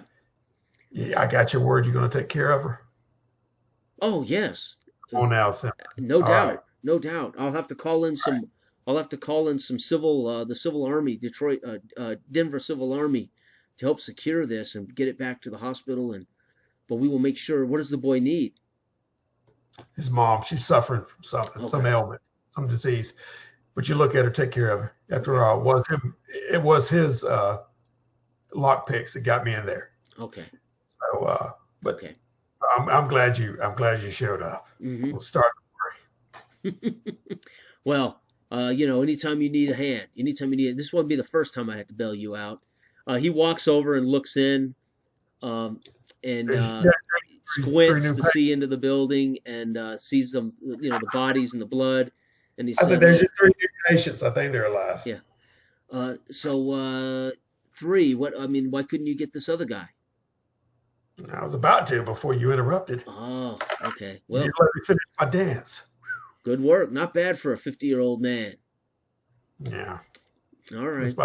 Yeah. So he breaks out his shortwave. He gets out in the middle of the street, sets it on the hood of a car, and he starts dialing in his shortwave. And you hear him at this point talking to somebody at Denver Civil, and is given a location, etc. Tell him what he needs to do. The boy shows up in just a few minutes, breathing hard, laughing, smiling. I lost that guy, but he's going to be coming back here. This is where his buddies were at, and he's we'll have a wagon for him. And he pokes his head in. Oh, did you get in? Oh, the door's shut. And he says the tools didn't work. No, boy, they did. And I'll walk over there and latch into it and pull it out. Oh. Look here. I think you did a good thing for your mom. He goes through and he starts looking and he gets excited. and he starts counting the bottles, and he says, how much can I take? Don't you worry about that. What do you think, Doc? This is going to be our caretaker. And everybody said, Mm-hmm. and making him say that in front of him. Right.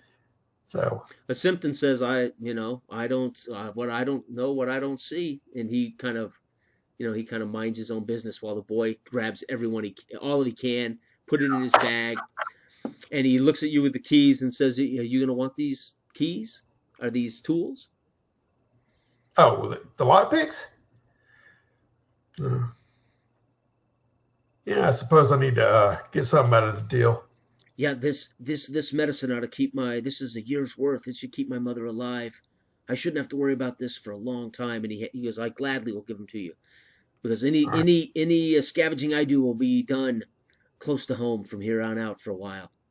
And he smiles, and you hear Simpton out front barking at somebody. And you hear him yell, you might as well get out of here. We already got your 3 people. We got people coming. And you can hear him barking at somebody, and then Simpson pocks his head, and he goes, that guy tried to come back, but I scared him off. All right. I come outside and say, Sam, you know where I can get a good bike? He said, what happened to yours? Do I have to tinker? Do I have to fix it again? You know how things are. I believe we're looking for something from the ground up this time. I got a good lead on some salvage part. Jugs dropped by this morning and woke me up. Well, if you can get the parts together, I'll certainly help you put it together. That's one of my hobbies. I love to build and tinker on engines and motorcycles. Good to hear it. Okay. Good to hear it. Yeah, I'll get there as soon as I secure them. My bike's 2 blocks down. I mean, you're free to borrow it for now if you need it. Really? You gonna trust it? All right, bud. And I gotta give him. I gotta wait here for the Denver Civil anyway. All right, you keep your nose clean. All right, keep this area down, and take care of that boy in there. I think he's bleeding out. Oh, he's gone. Oh, that guy. Yeah, the boy's packed up everything in his bag and it's gone. He's running home to mom. Boy. Right, big boy. He goes, I'm not worried about that guy, and if he dies, he dies. What is this thing about the Lazy J? What is that? Very nice. What is that brand? That tattoo they're wearing? They all got that brand. You know the Lazy J Ranch over there. It's Johnson Ranch. Well, they've been there forever, but for some reason, all these guys are not branded with their tattoo with that symbol. So we're gonna have to check that out. Yeah, that's or some organization, and they've been pretty active. On the highway, I got work to do. The senator's coming in here, and oh yeah, you better get that cleared. I got to clear that out. Yeah, because that's not a good thing for the outlanders, the homesteaders that travel back and forth to the hospital, etc. We got to have those roads clear. Yeah. Yeah. Well, if you need help with that, I'll be able to get out and help you do that. All right. Yeah. And I think I'm gonna need your help too, Johnny. Look at him, wink, knowingly. Johnny looks up and says, "Anything I can do. I don't have to worry about my mother now for quite some time." Yeah. Let's go out with a bang. So and he's dragging this sledgehammer, and he looks at you and he says, "Do you mind if I take this sledgehammer with me, Nash?" Well, you just better hold on to it. You need to ride back, don't you? Yep. Sure. All right. And so Simpton hunkers down. He finds a nice defensive position here to keep an eye out while he waits for Denver Civil to arrive to get this stockpile of meds. Okay. All right. Well, let's get on the bike, boy. Okay. And we walk down there to where the bike is. And this bike, compared to yours, it starts right up, humming. It's beautiful. He obviously spent time cleaning it and painting it. Right. This is like brand new compared to what you were wrestling with, right? Yeah, nice birthday gift. Mm-hmm. So I slip onto it and crank that sucker up. Say, get on back, boy. Hold on to that sledge. Yeah, he climbs on. He just puts the sledge between around your waist, and he's holding the sledge around your waist, right? Not too tight. Right. Not too tight on my belly. All right. Crank that sucker up. And so it only takes you about 15 minutes back through these, roads and cars, derelict cars and everything to get him back to the tent, to his mother at their at their shelter, right? Yeah. Yeah. And she's at this point though when you arrive, it's about one or maybe 1 in the afternoon. Took another hour and a half with all that. Yeah. And she's up and she's sitting now out in a lawn chair out front. She's got that hand cannon sitting on her lap. Again, you don't know if there's bullets in it, but it's a fairly good deterrent for anybody that might walk up on her. Yeah. And she smiles and says, "Oh, good, you found him." And he jumps off, comes running over and says, "Mama, I've got what we need." And he dumps all the meds out in her lap. And he cracks one open and he dumps a couple in her hand, and she takes some, and he said, "I'm going to put the rest of these down in our shelter and hide them in the shelter." And he gives her a big hug, and she winks at you over his shoulder and says, "Thank you for finding him and finding these. Unbelievable." Yeah, thank you, ma'am. Your boy is a real big help. Even to the hospital over there, the district, help restock them something amazing. So those tools that you traded for, she says to Johnny, those helped. And Johnny looks at you and says, "Yeah, that's how he got in, I think." Yeah, they helped give us a whole resupply of the hospital, all the medicine you need for a good long while. Mm-hmm. And I got the doc. He's going to swing in there and check on you. Okay. All right. Thank you. As always, Nash. Thank you. He grabs up all these pill bottles, puts them back in his bag, and he goes over to their little thing, pulls open the latch, slides down, and he disappears into their shelter. Okay. All right. She sits there, nursing her water, whatever that is. Right. Yeah, whatever it is. I look at her and then I slip the little flask out. Right. That to her and back in. She takes a nice shot, and she says, "That Chuck Rancid, that stuff can peel paint." I started laughing. Oh, what are you gonna do? And then I turn around and like that I do, and get on the bike and crank it up and okay down the street. All right. Are you still good to play, or do you want to stop here, or do you want to keep going?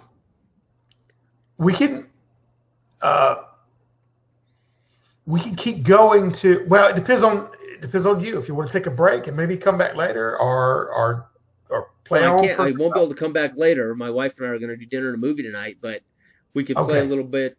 We could maybe go. I don't know. What do you want to do? No, let's just play on. I'm just saying whenever you. Okay. Yeah. Okay. Yeah. Whenever you feel like pulling the plug. Okay. I'm heading back to. It's this late in the evening, an hour and 30. Well, it's about 1:45 or so now. 5 or so. Mm-hmm. All right. I'm going out toward that area that I need to clean off. I'm not going to worry about heck, he needs to. Now you're closer to the Littleton garage that Jugs told you about than you are to the I-70 bomb sites. Yeah, and I need Johnny's help anyway on that. Which I want to have him making some stuff for me. Okay. You know what I mean? Mm-hmm. Some explosives or whatever. Okay. Yeah, but I want to go by there and look for the parts to get off that, to get that going. Okay. So I can get this bike back to him. Okay. So I'm gonna go by Littleton and what was the intersection there? 62nd and Federal. 62nd and Federal. Right. Okay. I'm gonna veer over there. Park the bike. Is it in a dangerous? It isn't a dangerous area, right?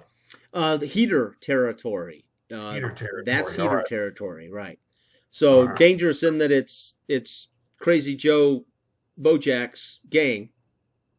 Okay. Mm-hmm.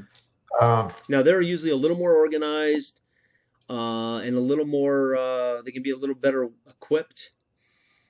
Right. Yeah. Yeah. So I'm down. As far as rest wise. Yeah, you might, because you actually need medical. Which of course Chuck is the guy who fixes you up. Yeah. So I need a drink and I need Chuck to look at me. Okay. And to do that. Okay. All right. So I'm gonna go back there and give him a little.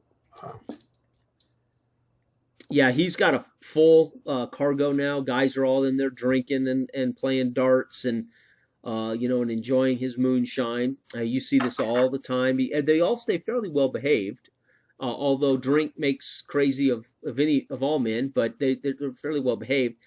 Chuck comes out and eyeballs your bike and says, "Wow, you got a new bike." Yeah, but not a new body. He looks you up and down. Oh, so okay, so come on into the back and we'll see what we can do. Okay. So I take another swig of liquor and pour some on my, wounds or whatever like that while he's sewing me up. Well, that's what he's using. He's using his moonshine as alcohol to cure all the bacteria. Oh, exactly. So let me make this roll. Double check this. I mean, it's been a while since I've done this. So I'm a little rusty with this rule book, but we're doing all right. Where is my healing? I had it down. I had put a marker in here. Here we go. Okay. So this is going to be brief. Okay, let's double check. So you get your stun damage back after a breather. So your stun is back to 4. All right. So you need proper medical attention to get... Okay, so here we go. Okay, so medical attention, you're going to get, let's see here, 1 plus their intelligence back for your wounds, right? And his intelligence, so you got 1 plus his intelligence, which is 2. So you get 3 points back of wound. There you go. I'm back up to good. Okay, so he's doctored you pretty good. Splashing this, 110%, right? Whatever moonshine is. While he's going in or whatever. And he says, these are like burns and and he's pulling out little pieces of metal and plastic, right? From your, from your chest and your arms, maybe your face, where you got pieces of shrapnel. Yeah, the other bike got the barrier. Mm-hmm. Got jumped. I got sent to this bike outside right now, but I'm gonna have to get some more parts. I'm running behind too because the senator's coming through, and they've already some bastards have choked the highway down. Mm-hmm. Someone needs help. Like I said, you ought to check. You ought to check with Johan Stevenson.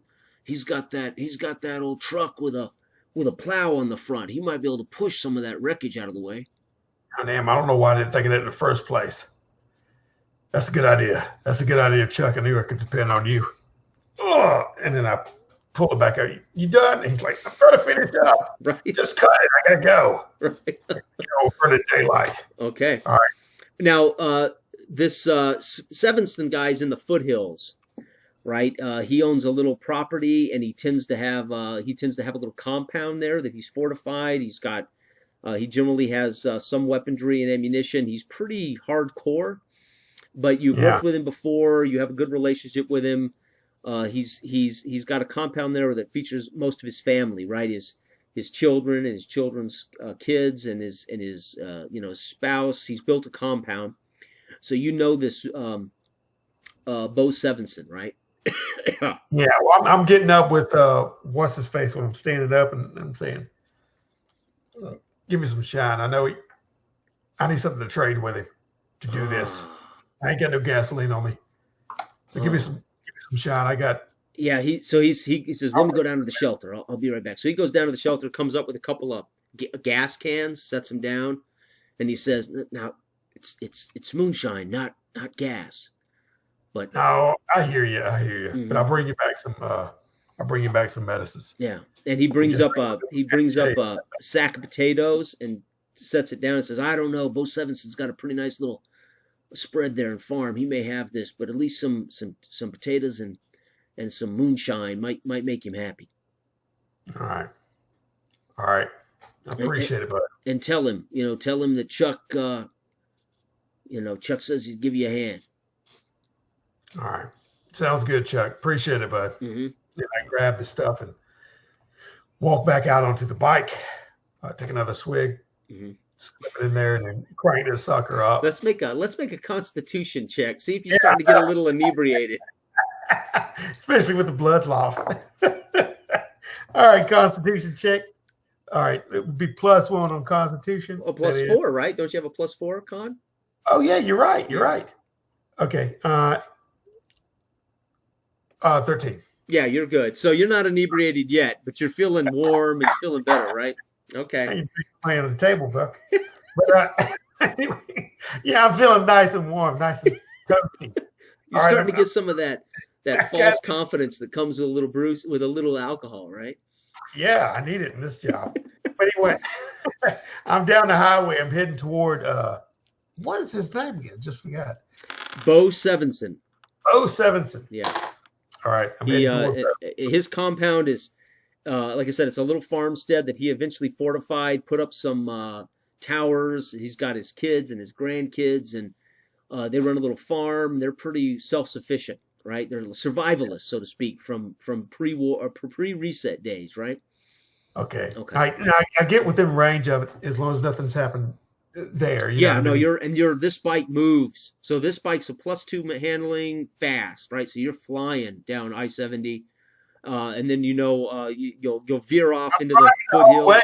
Like, what in the hell took him so long to get there? Yeah. Yeah. What was Simpson doing? Anyway, I pull up there and then I get out at the gate or whatever and say, Bo! Yeah, and there's a kid up top above their gate.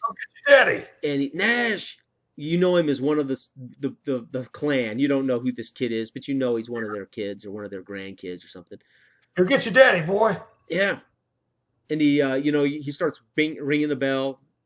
He has like an alarm bell there, and he yells out. You hear him, whistle, and then he yells out, "Get Daddy, Bo!"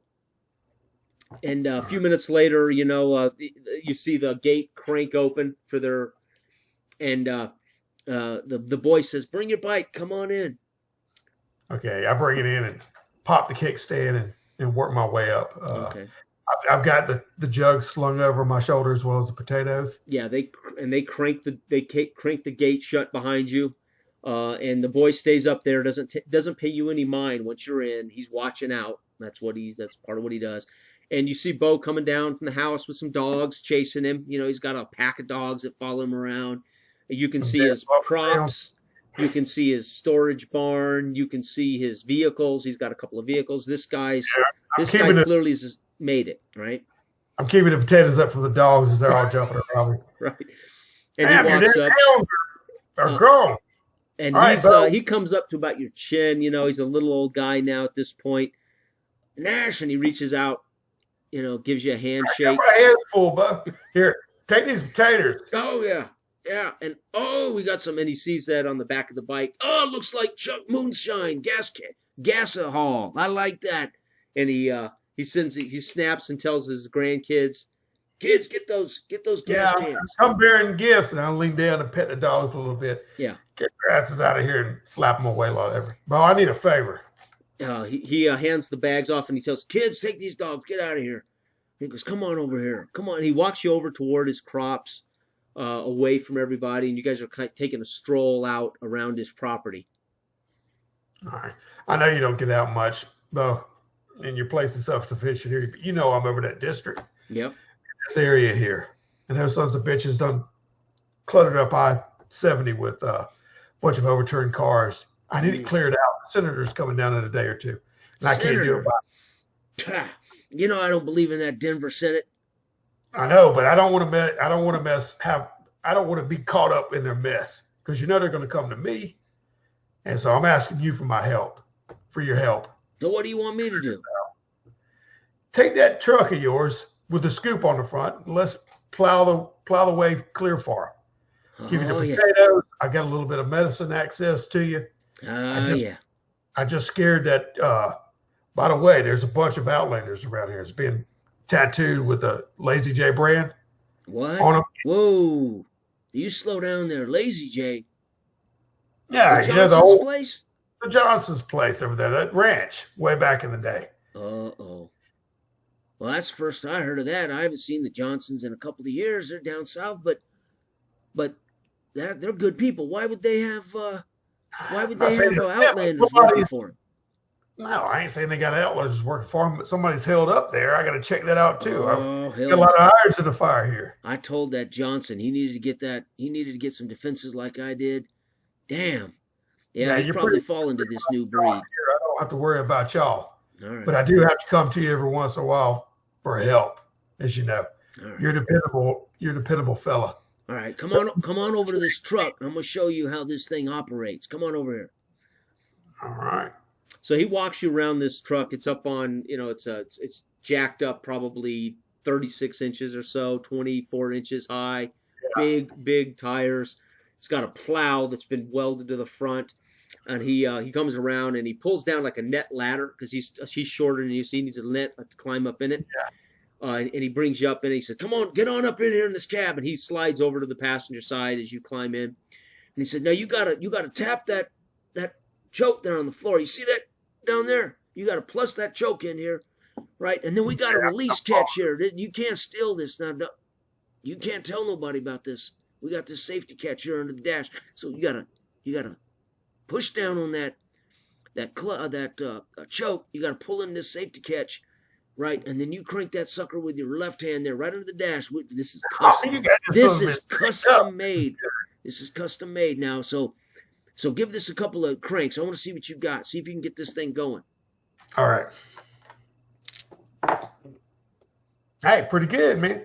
That's 14 plus whatever. Intelligence, yeah. 15. Okay. Yeah. Oh, right on it. It's that hard. So you hit right on. Any stunts? Oh yeah. I had 2 4s. Okay, so so you literally light it up first go. Oh God! And he punches you on the shoulder. God damn! I've been trying to teach my kids that. Unbelievable! You got it first time. I tell you. All right, you may have to. This is nothing compared to that POS I was driving. Oh, I bet. All right, now so we got to drive this sucker around. Now don't no right. I don't want you to run over my crops or anything like that. But you head out here, and we're going to go down around the back, and we're going to hit some of those old boulders down in the back of his property. I need to move those suckers anyway, and we're going to see if you get how to use this thing. You put me to work, bro. Yep. And he goes, now stay off that choke now. You got it started. You got the ignition release done, so don't mess with that now. But now you're going to have to shift this son of a gun, and of course, that's low here on the floor. And he basically tells you got to drive that in down to the left, and you got to drive it down into the left to get it into first. Okay, I rolled a 10 straight with 1 is 11. No, you're grinding. Don't listen. You're grinding the gears down and in to the left. Down and in. Oh, that's 13 plus 1 is 14. Okay, you got it, because again, that's coming down. The difficulty comes down, but so again, you got it into gear, and it jerks and starts to go. And again, this is no power steering on this. I mean, you got to crank this, so all your might's in this baby, right? And it's a good thing I have might. Right. And he said, now you want to stay in this gear if you're pushing anything now with that plow up there. Gear. Okay, so you drive down around to the back of the property. He points out a couple boulders down where he looks like he's getting ready to put a foundation in for another home, probably for his grandkids or something. Start building something. And he said, now you need to stop. Put that baby in neutral. You can't drop that plow unless the vehicle's in neutral. All right? So you got to pop that into neutral. That's fine. Now, right up here is that release switch, and it is here's the dangerous part now. Right, you got to release that switch. Then you're gonna have to get out of the truck, go around, and you got to crank that plow down into the ground. All right, so roll for strength on that. Nope, no, not yet. No, he's just telling you, right? So you got to put it in neutral, and that's easy enough. You just clutch it in, pop it into neutral, right? Okay. And then he says, and so as you climb out, he says, what? He whistles at you over the engine. You got to take a block. You got to sconce that wheel, or this damn truck will roll away from you, crush you. And so he hands you out a big block that you can sconce under the tire. and then you Okay. go around to the front, and you just got to crank it down. This is not a challenge. It just takes a turn, right, to crank it down, climb back into the truck, take that sconce out, right, and now you got to put it back in low, which you've done, so you know how to do that. You grind it down into low, and just push.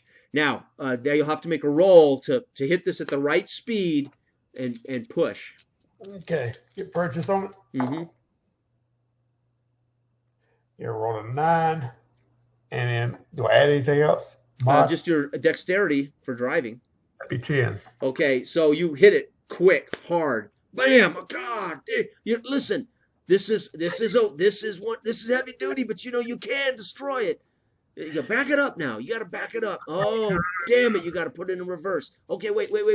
You got to drive that. You got to get it into neutral, and then you're gonna have to push straight down on it and pull it straight back to get it into neutral. Now to get it into reverse. Yeah. Well, I rolled a straight 10. That's 11. Okay, so remember, you've already shifted this, so the scores come down. So you get it into reverse, you back it up a little bit. All right, now let's try this again. Push that boulder. Once you get it now, listen, I'm going to tell you, maintain your speed and just push. Don't hit it and then back up and hit it. You just, once you get it, you just give it a little gas and just push that son of a gun. You don't want to stop. I know. It's All right. damn power steering. All right. That is, you kidding me? That's 11 again. Okay, again, the scores drop as you practice, right? Okay, so you hit it a little hard, but you find purchase, and he grimaces and he starts to punch the dash, and then you start to push this boulder. Yeah, there it is. And you drive, and then he says, "Hey, stop right there! Put it right here!" And you stop. Did you hear that? Yeah. Yep. And then he smiles at you and grabs you by the shoulder. That's it. That's all there is to it. So we just got to get out, crank that up, and then you're good to go. You can take it. You can drive it. You can handle it, right? Appreciate it, Bo. She's a pain in the ass, but she'll get the job done. And she's slow. The sad part is you can't drive her beyond low, right? I mean, it's got a second. But I don't know if you want to wrestle trying to get in second. But, once you get out there on the highway, you might try. But it's there ain't much to this vehicle. It's all power. It's all torque. I get you. I'm going to sit and duck, but it's got to be done. All right. We'll hold your bike until you bring this back. And thank you for the gasohol and the taters. All right. And make sure them boys don't get on there joyriding or anything. I need in one piece of Simpson's bike. What are you talking about? I got 16 youngins running around here. Good luck. Just chain it down, Bo. And then lever it, and I start working my way down. You see me like just walking down there. And they have another gate that's much wider. It pulls open. This is on the opposite side of the compound. Green Acres. Yeah. God almighty. Now, as you get out again, this sucker, these roads are already, full of vehicles and derelict vehicles and rubbish and crap in the road. So there, as you work your way through, it's about 3:30 in the afternoon. As you work your way to I-70 to the location, you've had to stop. You've had to plow some stuff out of the way along the way, but you finally roll out to the bomb site area where somebody's used 3 bombs to blow old derelict vehicles into a pile in the road. Yeah. Okay. All right. Well, when I get there, I'm gonna try this sucker. Okay. So the only thing you have to do here is the actual plow portion, right? Yeah. Yeah, you know how to drive it and all now, just the plow portion. Okay. Okay, I rolled a 10 plus 1 is 11. Okay, so again, you find purchase and you're pushing. Now this is like 3 old derelict vehicles that were blown into a pile. So it's taken. I mean, you're driving, you're pushing, you're revving. You can hear the diesel engine and it's spitting black smoke and rumbling and it's screeching as you're pushing. And make a perception check for me at -2. Okay. Now I do have 2, so that was 0 out, right? Right. All right. So that is wonderful. It's an awesome roll. A 4, 5, and 6. Okay, so even over the noise of this engine and over the noise of you pushing this pile of vehicles off of the road, You Yeah. hear something take purchase in the door or the ceiling of the vehicle. Of the cab of the vehicle. Jeez. So It's like something. it's like ping, Okay. right? Oh, jeez. And did you get a stunt with that? No, just a 4, 5, and And 6. that was a total of what? 4, 5, and 6. That's a Uh, total of 15, no, it has to be more. It's 16, right? 16. It would- Yeah, right. Yeah. Four, Okay. yeah, so 15. So 15. Okay, 15. So you do know that it sounds like a bullet hit the vehicle somewhere. Yeah. Okay. You just Um, can't tell if it hit the left side of the vehicle, the right side of the vehicle, like, the top son of of the vehicle. a- I'm looking around to see where it's coming from directly, all the way around through the windows. Are you Well, still driving this stuff, or have you stopped? Yeah, I'm gonna try to do both of them at the same time Okay. because it actually like ping, and I'm still. Okay. I haven't So you've yeah. got cover, but a bullet comes through and literally hits the seat you're sitting in right over your left shoulder. Just misses you. A bullet comes in the front. The second one, right? Yeah, second bullet comes through the front and hits in the seat you're sitting in, right? And you're like, poof, it's dust. You know, is it? Son of Poof. a- and I'm getting down like that and trying to grab my rifle or whatever like that and Okay. slinking down into it, and I'm just letting it kind of roll. I didn't stop Right. it. So but you're not piloting it, so to speak. Right. Correct. Okay. Yeah, exactly. Okay. And this came from the front through. There's no glass windshield. This is an open. There's no glass left in any of these places, right? Okay, I'll be slipping out of the side of that thing as soon as I can to work my way around while it's still rolling if I can. Oh shit. Okay, so you can do that, right? So you just pop the door open. You hear 2 bullets hit the door as you pop it open. You hear them hit that door as you drop and come around behind the vehicle. So the vehicles. Now, what did you do to keep the gas pedal down? That block Okay. that I'm using. Woo, sweet. Okay, so you set the block on it. Okay, so you're behind the vehicle as it's slowly pushing this grinding metal and Yeah, I'm using that as my diesel little engine. tank Okay. behind Okay. infantry. So I'm trying to find out where in the crap is going. Okay, so make a perception check. You have cover, Okay. so you get your bonus perception check, or your normal perception plus. See. Yeah.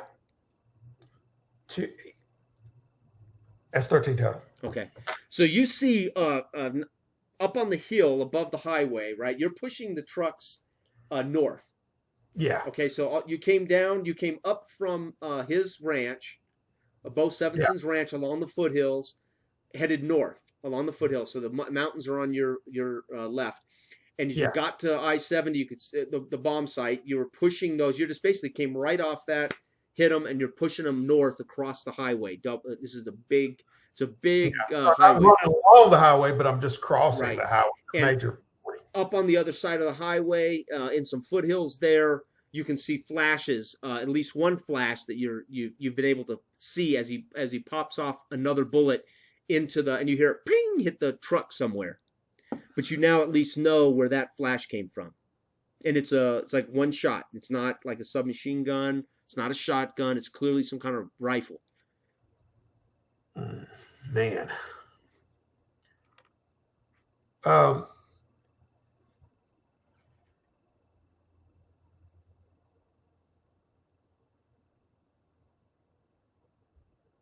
Gee whiz. How close am I toward a foothill or boulders or somewhere where I can leave this group? Well, you're on again, this is an old cement highway, right? So right now you're behind this truck, I'm sure following it on the highway.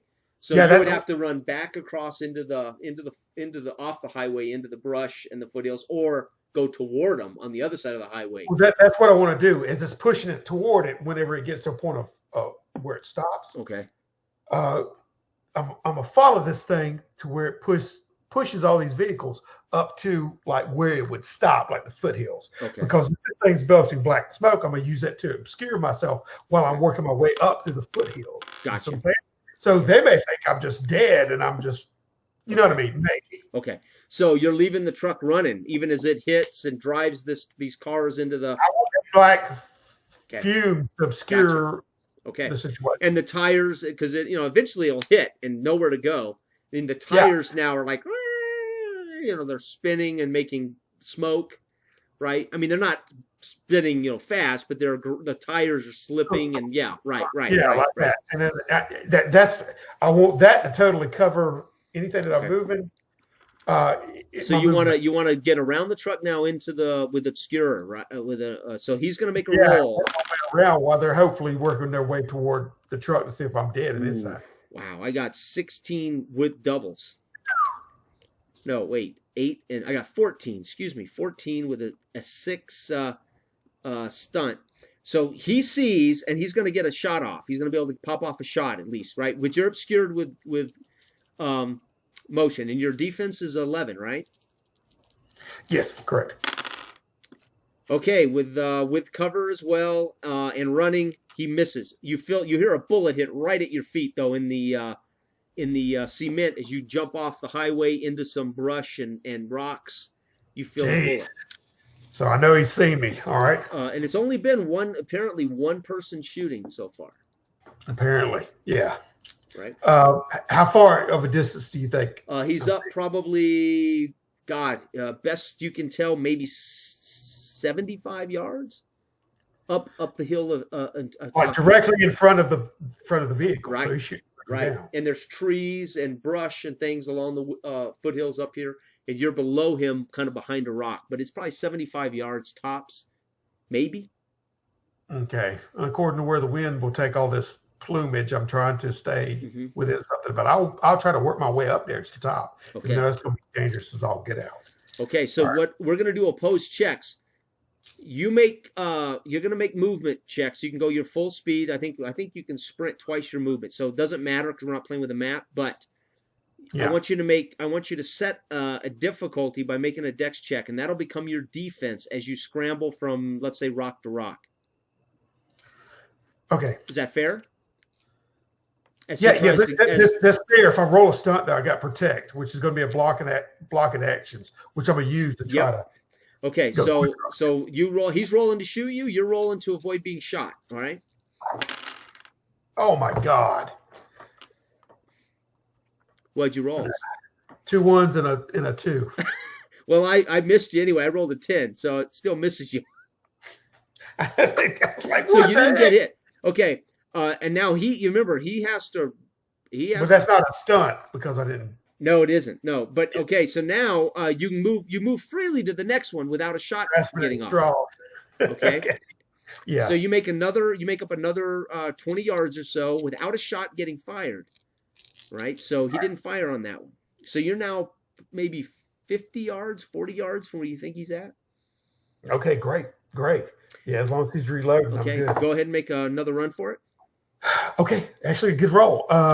Roll 13 plus whatever what dex plus 1.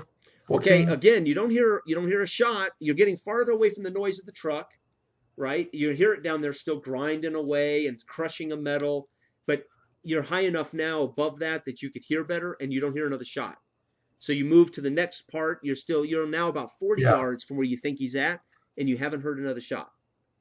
Okay, I'm gonna do a perception. I'm gonna stop for a minute and see if I can get anything, any sight, glint of a. Okay, no stunt. That is 12 plus 2. 2 for seeing. Yeah, 14. Okay, no stunt. You said. No stunt. Okay, you just catch a glimpse of what looks like somebody hunkered up against a tree. And he looks like you see him watching, right? Like he's trying to see exactly where you're headed, but you can he's kind of camouflaged pretty good. Well, it looks like he's lost sight of me from his rubbernecking. Right, basically. And he certainly now isn't just popping off shots. Okay. Right. Okay, so I calm down, and how far away is he? He's about 40 yards now, but uphill from you. Yeah. So he's got height advantage technically, right? Yeah. So I'm getting closer. So I'm gonna still try to go up further. Go ahead.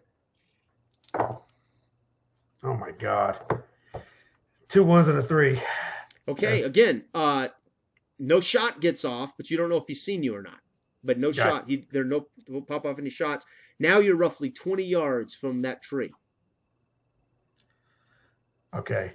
Now Maybe behind a rock and a tree, right? So you've got I'm gonna some look cover. again. I'm gonna look again Okay. for perception to see if I can determine who this sucker is. All right. That I rolled an 8. Plus 2 is 10. Yeah, you know for a fact he's not where he was, but you don't see where he went. So you look right where you'd seen him, and he's no longer huddled behind that. He's no longer huddled at the base of that tree. So, and you can kind of hear like he's moving, but you can't see where he's moving. But can I get a direction toward where he might Yes, be? sir. Yes. Yep. It's kind of northwest of that tree base that you saw him at. So he's climbing. But he's climbing opposite where I'm coming from, basically. Right. He's right. Yeah. So I'm going to take. I've got my gun in hand, and I'm just going to get up without necessarily being slow pacing and run, rush, do a sprint toward the area. You got it. Okay. That's a 12 with any modifiers, which would be that's 13. Okay. Now you're just going to follow that noise as fast as you can. Your full movement. Yeah. Okay. Yeah, full. At some point, you're climbing, you're running, you're looking, and you realize you haven't seen him or heard him, and you've stopped at the end of this pace, right? And you're breathing hard, and looking around. You haven't heard him or seen him. Okay. I'll drop down at that moment and do a perception check all the way around me. Okay. Oh my God, Jason. I rolled 3 1s. Oh, that's a stunt if it succeeded. Okay. So again, you're now breathing hard. You're prone. I'm assuming when you said drop down, you mean you went prone? Yeah. Okay. As you look around and pan, oh my Lord, you pan around. You don't hear him. You don't see him. But I mean, he couldn't have vanished. So he's got to be around here somewhere, right? You know that much. Okay. And the truck now you hear go, and it dies. Right. Yeah. The truck finally stalls out or runs out of gas or something. Yeah, that 2-minute thing. But anyway, at this time, I'm looking around for prints and like hatches for entrances anywhere that I may be. Oh, right.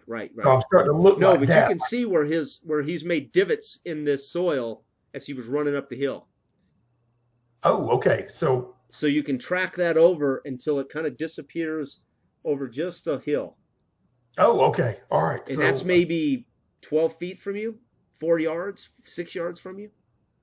6 yards from me, and then you can't see what's over the lip of that berm, but you can see where his feet hit as he was running up.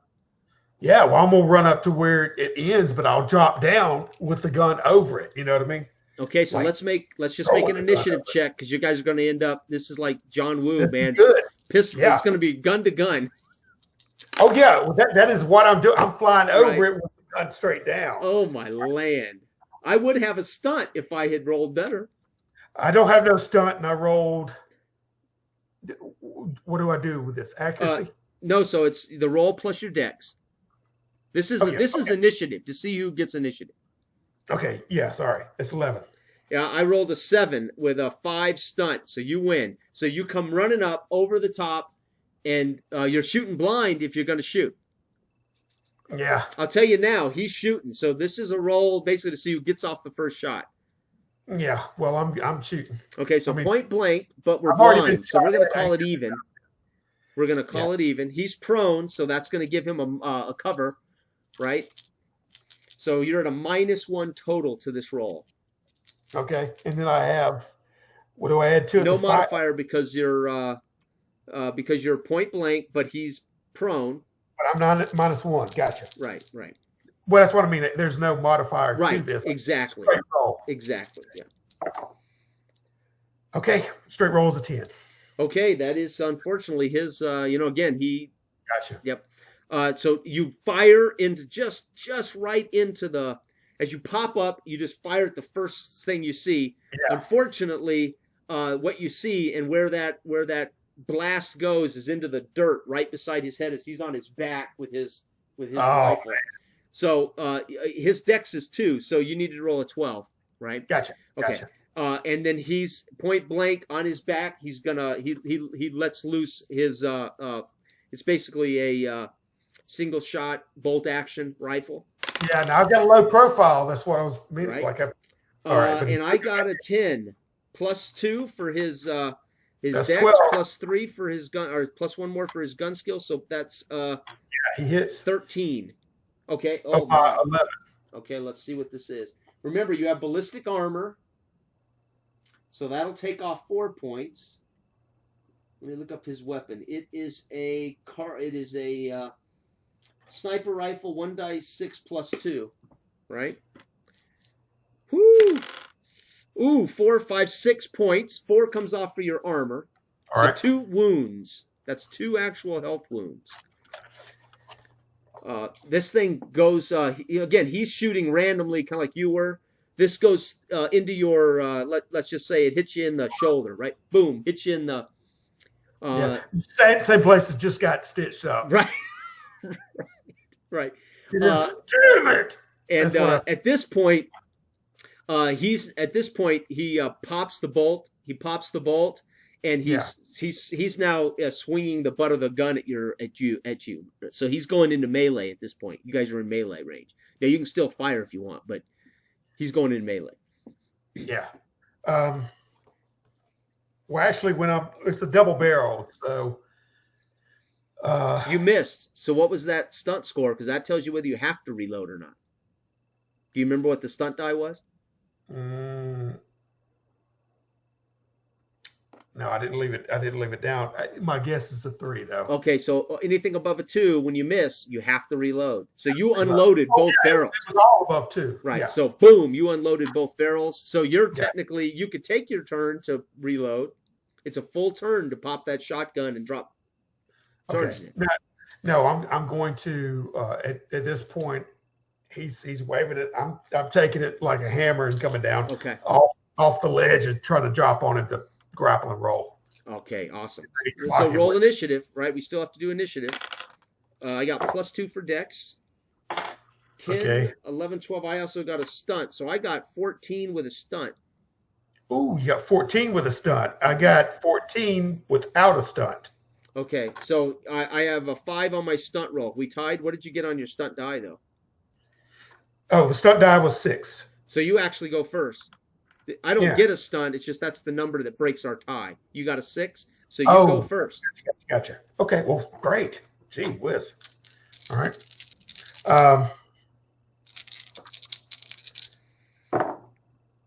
Oh, that's a good roll. It's 15. That's a hit. Unmodified. So that would be, that's 2 more, right? Yeah, brawling. Yeah. Yeah. Now, you got a stunt? No. Okay, so roll your damage, 1d6. This is stun damage first to him. 2. Okay. All right, so stun damage. 2, you said? Yeah. Okay. So you've cracked him in the chin or whatever, however you use the butt of this. It's drawn blood. He flinches, and he swings at your knees with his. And maybe hits you in the side, but it doesn't. You're hitting him. Took the wind out of his swing. Yeah. Right. It kind of come up cut short. And at this point now, you've had a chance to kind of size him up and see him. This is definitely a heater. This is a heater. He's wearing basically a tie-on sash that the heater gang wears. He's got his head shaved. He's got a heater tat on the top of his head. So this is one of Crazy Joe's guys, huh? He missed me, right? Yes, he did. He missed you. So now we're going into the next round of melee. Well, okay. Just for clarification, I got self-defense style. Oh, what is so that? when he misses me, it says use grapple action stunt when opponent misses you without spending the SP as a reaction. I mean, nice. So what does that do? So you need to go to grapple action stunt in the book. Yeah. And pick one. So pick one of those. That's sweet. Which is what I was wanting to do, is just launch myself over, try to crack him and grab. Nice. So that's awesome. Well, you did it. That's exactly what you did. You got shot first, but you managed to do it. Yeah, I'd say coming over the thing, I got blasted. Right.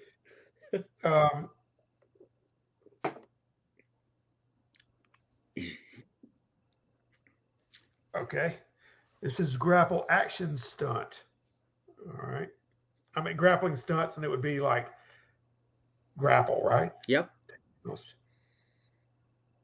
Okay. You and a target make an opposed fighting grappling rolls. If you win, they can't move from where they are on the next turn. You and the target both take a -2 defense penalty until the beginning of your next turn. Wait a minute. Nice. It says without spending SP. Right. Yeah, you would not have to have a stunt. You don't have to actually score a stunt, is what they're saying. So Gotcha. you don't have to actually spend the SP points on your stunt die. Gotcha. Right? So he missed, and you automatically get to pick a grapple stunt. That's what that means. Oh, I automatically get to pick one, period? Well, out of you the whole picked whatever it said there, right? Which one? Oh, I was just trying to find grapple action. So Right. Grapple action stunt.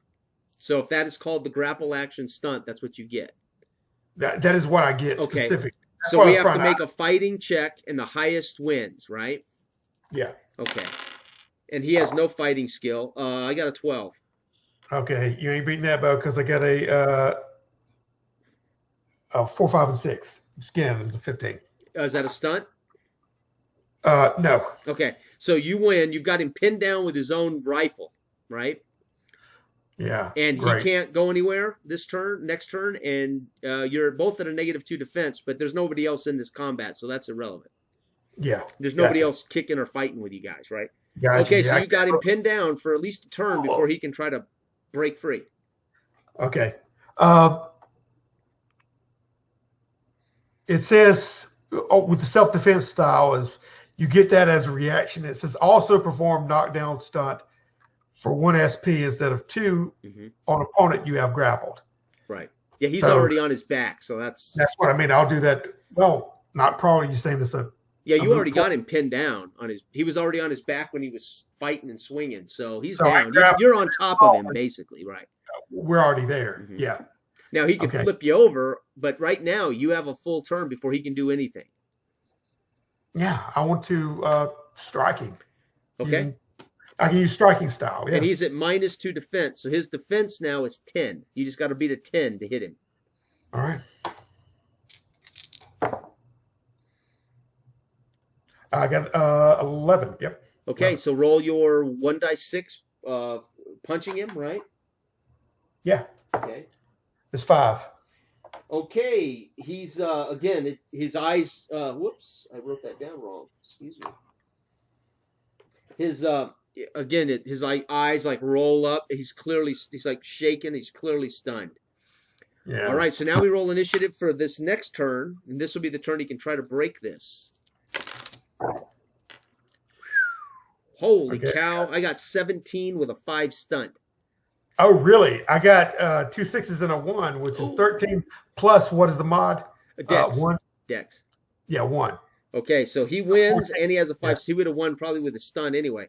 Okay, he's going to use his strength to try to push you, break this off, right? Versus your strength. So it's an opposed check. I rolled a 8, 9. I got a 9. You And I roll can your include strength. the might, What? correct? Do I include the might? That's Since just going to be a +1 on top of your strength, right? Yeah. Yeah. So it's 2, basically. Yep, add 2 to it. Okay. That's 9 total. Okay, so what's your stunt die? Because I got a 9 as well. Stunt dice 2. I got a 1, so you win. So you got him pinned down still. So now it's your turn. He did not. Okay, He did not break loose. Me off, Yeah, but I he's think his body's too. right. His body's going downhill, and I got him like that, so it's Right. hard to leverage me off. Right. All right, perfect. Again, when I raise back to hit him, he starts to leave, and I start clocking him again. You I just think- need a 10 and up. I'm just like cursing on his face, spitting and everything Yes. like that, spitting out liquor flavored saliva. Bloody saliva. Yeah, that's 12 That's plus, a hit. plus. Wait a minute, I didn't put the mod on it. Oh, well, I mean, anyway. Yeah. Now, did you get a stunt? Yes, I did exactly, Okay. and correctly too. I'll get a 6 on stunt. Beautiful. So first roll your damage, because the stunt may not matter. That's 2 damage. Okay. You knock him out cold. Really? Yeah. Dang. So he's out, unconscious. All right. And again, now you can kind of Over breathe. it. Yeah, I'm like, oh.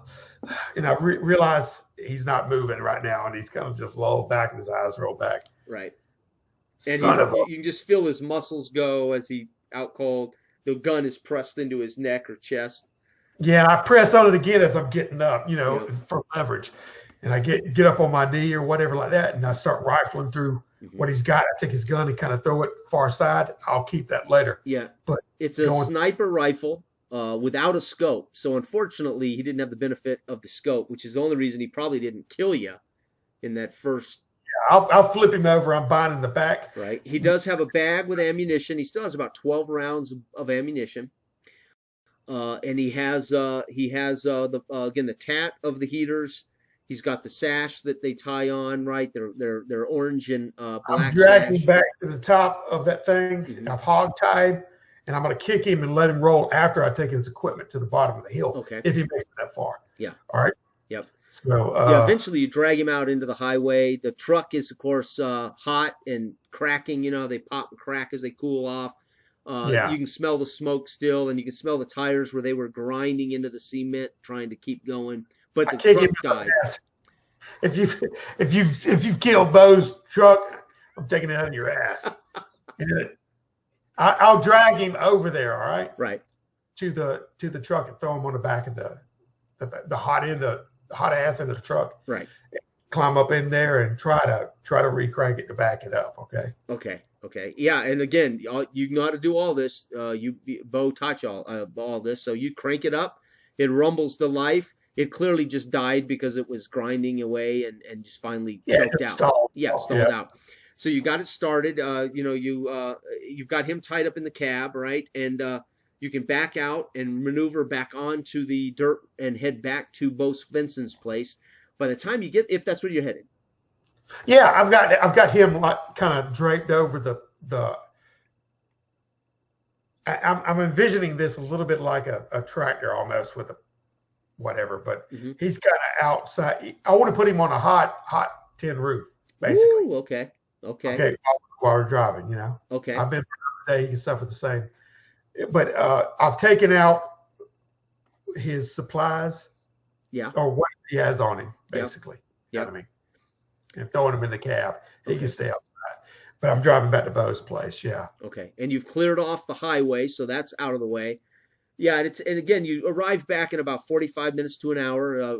These foothills and this slow-moving truck. And it's dark now, right? It's starting to get dark at about 4 or 5 o'clock, right? It's not totally, but it's starting to get a little dark. Yes, and I've been beat to death working on this. Yep. And of course, you're nursing a bullet wound. You're starting to feel the pain now as you come off the adrenaline high of this fight for your life. And as you driving in, even over the rumble of this vehicle and the diesel, you hear the cling, cling, cling of their bells, and you see the gate open as they ring the bells, right? And you pull in. I'm so glad you didn't say of the engine. Did I just throw a rod or what? No. I mean, that's my first. The bells they use to signal the compound people are coming, right? You hear clink, clink, clink. I'm like, crap. And as you come in, you see the dogs and his family. They all come down, and he just tells you stop. And once you get in, they shut the gates, and he just tells you to swap. And he comes down and he walks around. He goes, Mike, boy, that was quick. How something go wrong? Look in the back. And some bitch took pot shots at me when I was trying to clear out the highways. Boys, pull that man down. And they all climb up there and they drag him down. And he goes, I got him bound and gagged. He said, make sure he stays. Take him to the stock. We'll, and put him in there, strip him of anything he could use as weapons or, and give him leave him a little beans and water. We'll talk to him later. And so these guys drag him off unconscious to their stocks. Seems like he's got that heater tattoo. They like to mark themselves, but it's good for me. I can easily identify him. So what was he doing there? He was up on the ridge. I was clearing out the intersection of I-70 and up north off the road. He started shooting. I had to let your First thing he run shot, and he put a couple of holes in the door and went through the. Yeah, it's just earned its keep. That's all. Everything gets a couple bullet holes. Hot damn. Yeah. Okay. I had to work my way up the mountain. Luckily, it was billowing black smoke, and it covered me a little bit. But I got him over the ridge. I had to wrestle him down and knock a couple of teeth out. Dragged him out down. Now we're here. And you're bleeding. Well, I appreciate it. He goes, Nash, I want you to meet my woman here, Betty. Betty, she can work on that wound. If you follow. Yeah, he bit it. Just got a damn thing sewed up. What's old boy back at the saloon's name? Chuck. Chuck. Yeah, Chuck just sewed me up. I opened it up again. He said, well, come on in, and she'll dig that bullet out, and we'll feed you and give you some rest. Now, Betty, is this the same girl that reminds me of the lady that got killed? She can. Different name, right? Right. She was Sally Hampton. She used to be the District 26 warden that was murdered. That's right, Dad. Yeah. I was thinking it was. Yeah, Simpton replaced her. So 5 years ago, Simpton took her job when she was killed in the man-eater. Right. Yeah. Okay. So, yeah, So he leads you into the house, and she goes to work on your arm. And again, she does 1 plus her intelligence. Where is my book? Man, don't mean to mention anything, but you may need to pour some of that moonshine on there. I hate to do that to you. And so total of 3 points back on your wound. I don't know how bad your wound was. I think it was 3 points exactly. Okay, so that's twice. Fortunately, they've been able to stitch you up pretty good. They feed you, give you some water, and spend the night and chat with you and share stories. You realize how big his family is, how many kids he's got running around there. These are people that were pre-reset, and they've stuck to their ways through everything, right? They were just hardcore survivors. They figured it out, and they've been able to survive.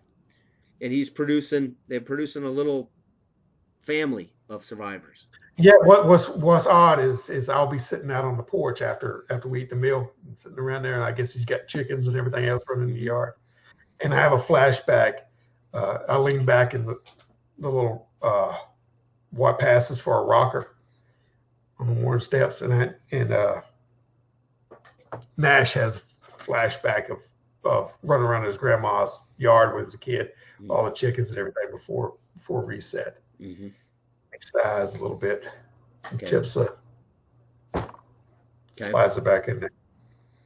Very good. Might fall asleep and then wake up in the morning covered in a blanket, sleeping on the front stoop. Yeah, that'd be perfect. Yeah, and then I open up and I'll look over there kind of groggily, see if the bike's still there. And the boys ain't right. And you wake up to the rooster, right? That's what wakes you, and you realize, my God, I fell asleep out here, and they covered you in a blanket and let you sleep the night away on the front porch in the rocking chair. Yeah, but it's a beautiful vista when I open it up. Chain link fence and everything guarded. You might actually even think because you wake up from that dream of your 9-year-old grandma's house, you might actually wake up and think you're there, right, for a split second. Yeah, for a split second. Yeah. Right. Yeah. It's almost home. Yeah. Sweet. And that concludes Modern Age. Nash Renshaw, the warden, episode 1. That was awesome. That's a hell of a birthday. That was fun, man. Shit.